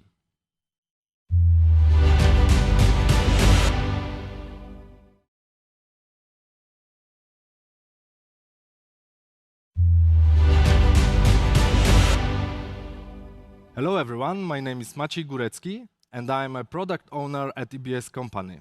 I'm responsible for smart communicators. Today I want to show you LX Connected and how easy and fast is installation with control panels.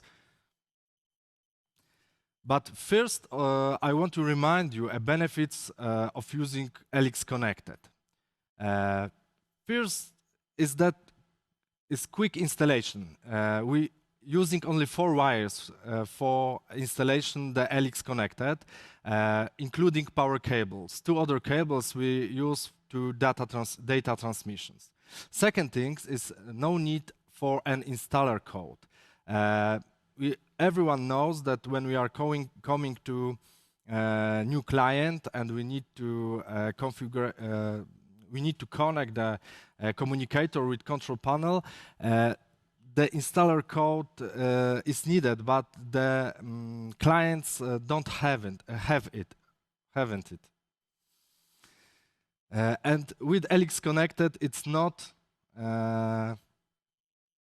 necessary because we don't have this problem because we don't need the installer code. So third benefits it's that we don't need to program the control panel. We only need make a wiring and configure the LX Connected, and that's all. And we can start using and monitoring station will receive the data. Next benefit, it's what is the last but not the least, is the remote control with the EBS Security application. We don't, thanks of that, we can give a second life for the old control panels. We integrate at first the DSC control panels and Paradox, but we are still working for other manufacturers.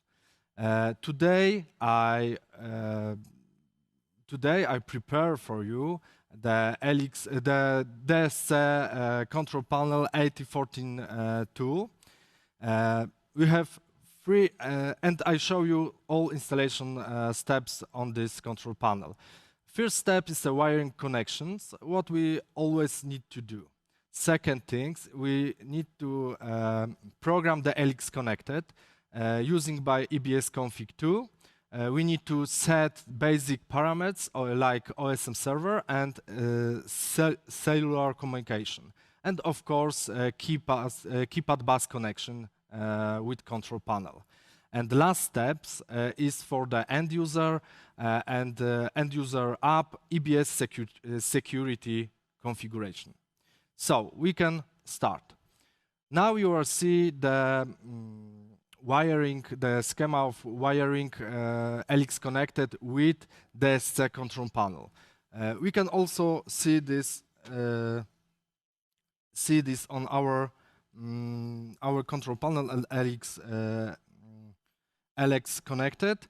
We see that we have used only 4 wires. Red and black is for the power, and yellow and green is for data transmissions. If we have done the wiring, we can start to configuration with EBS config 2. I today will be used a mobile version on my phone, but you can also use a desktop version and can download it from ebssmart.com. To provide the best experience, the best viewing experience, I prepare earlier the short films with configuration from EBS config 2.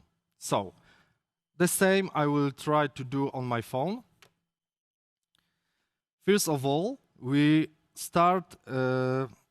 need to choose a new configuration, then choose a LX20B. Next, we need to go to communicator settings. I enter my SIM card PIN.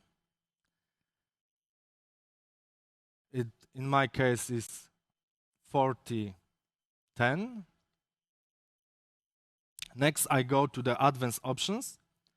And on the bottom of this view, we activate the keypad connections and choose the model of control panel DSC 18XX in my case. In the next step, we need to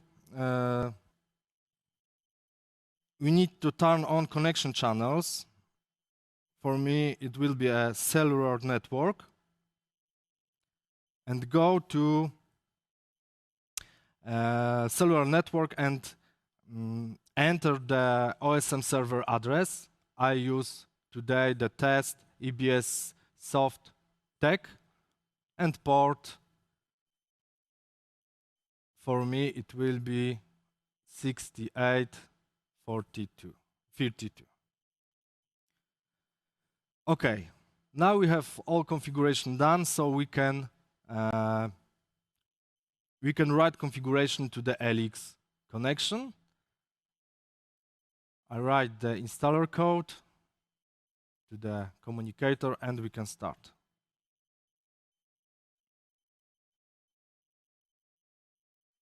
It takes a few seconds. The devices is communicate with my phone by Bluetooth using a mini proc.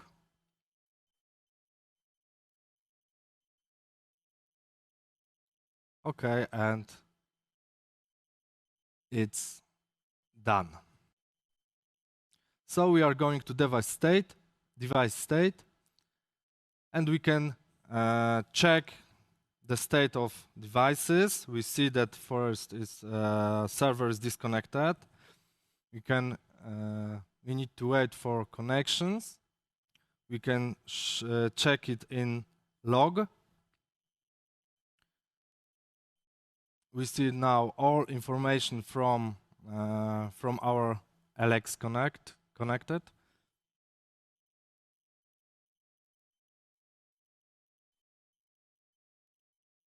Okay, we have connect. So now we can check the communication by arm our control panel from the keypad.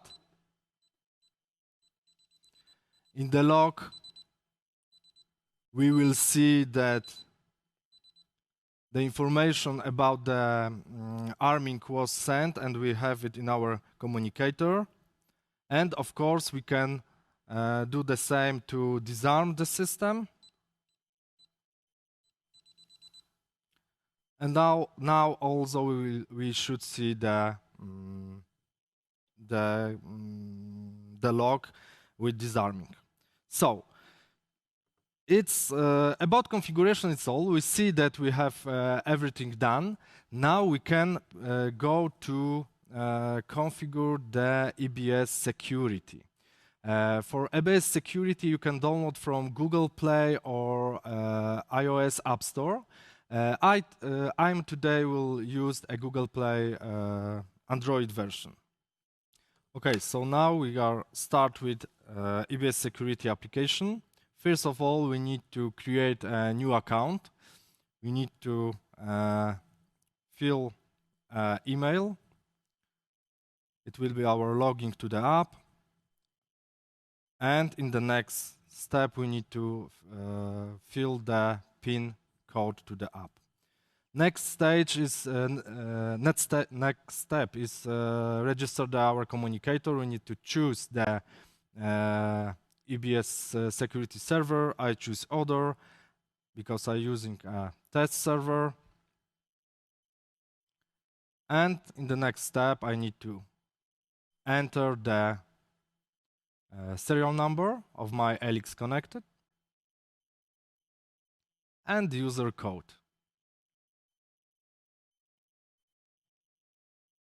And we start registration. We need to wait for communication with EBS security server.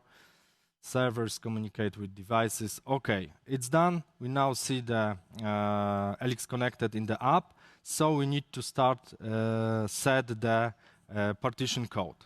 For that, we need to go to object settings, choose our object, and edit object. And the bottom of this view, we will see all smart connector parameters.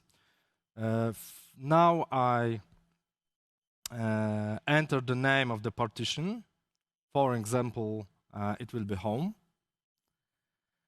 And the code to the partition 1, 2, 3, 4, and save it. Okay, now we can go to the main view, and we can start using our app with control panel. Try to arm this. So I click on the app, and you will see on the keypad that we arm the system now, and the status was changed.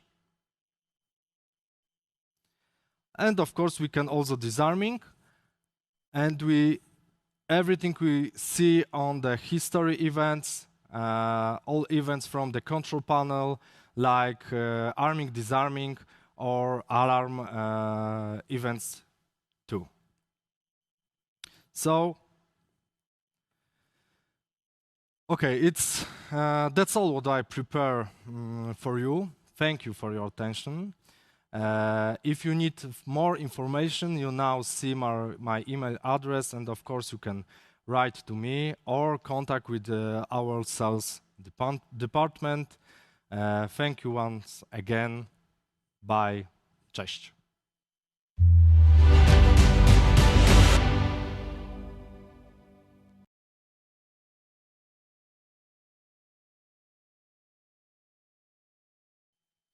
Well, all this has been very informative. I've learned a lot, and I hope that all of you have also enjoyed the time that you've spent with us. Thank you again for your time, attention, sending in all those questions. And I agree with you. I am also impressed with all the topics which we have covered today. It was very interesting to see what the security industry looks like and what its future will be. Thank you again to our guests and all the people who helped in preparing today's event. It was really amazing. Thank you, goodbye, and see you soon. Thank you, everyone. It's been a great pleasure to be a co-host at today's gathering. I would like to thank our guests and also all the people who have made any kind of contribution to this event. It wouldn't have happened without you. Thank you and have a great day. Thank you, Chris. Thank you. And thank you, Christoph. Thank you. Thank you. Goodbye. Bye. Goodbye.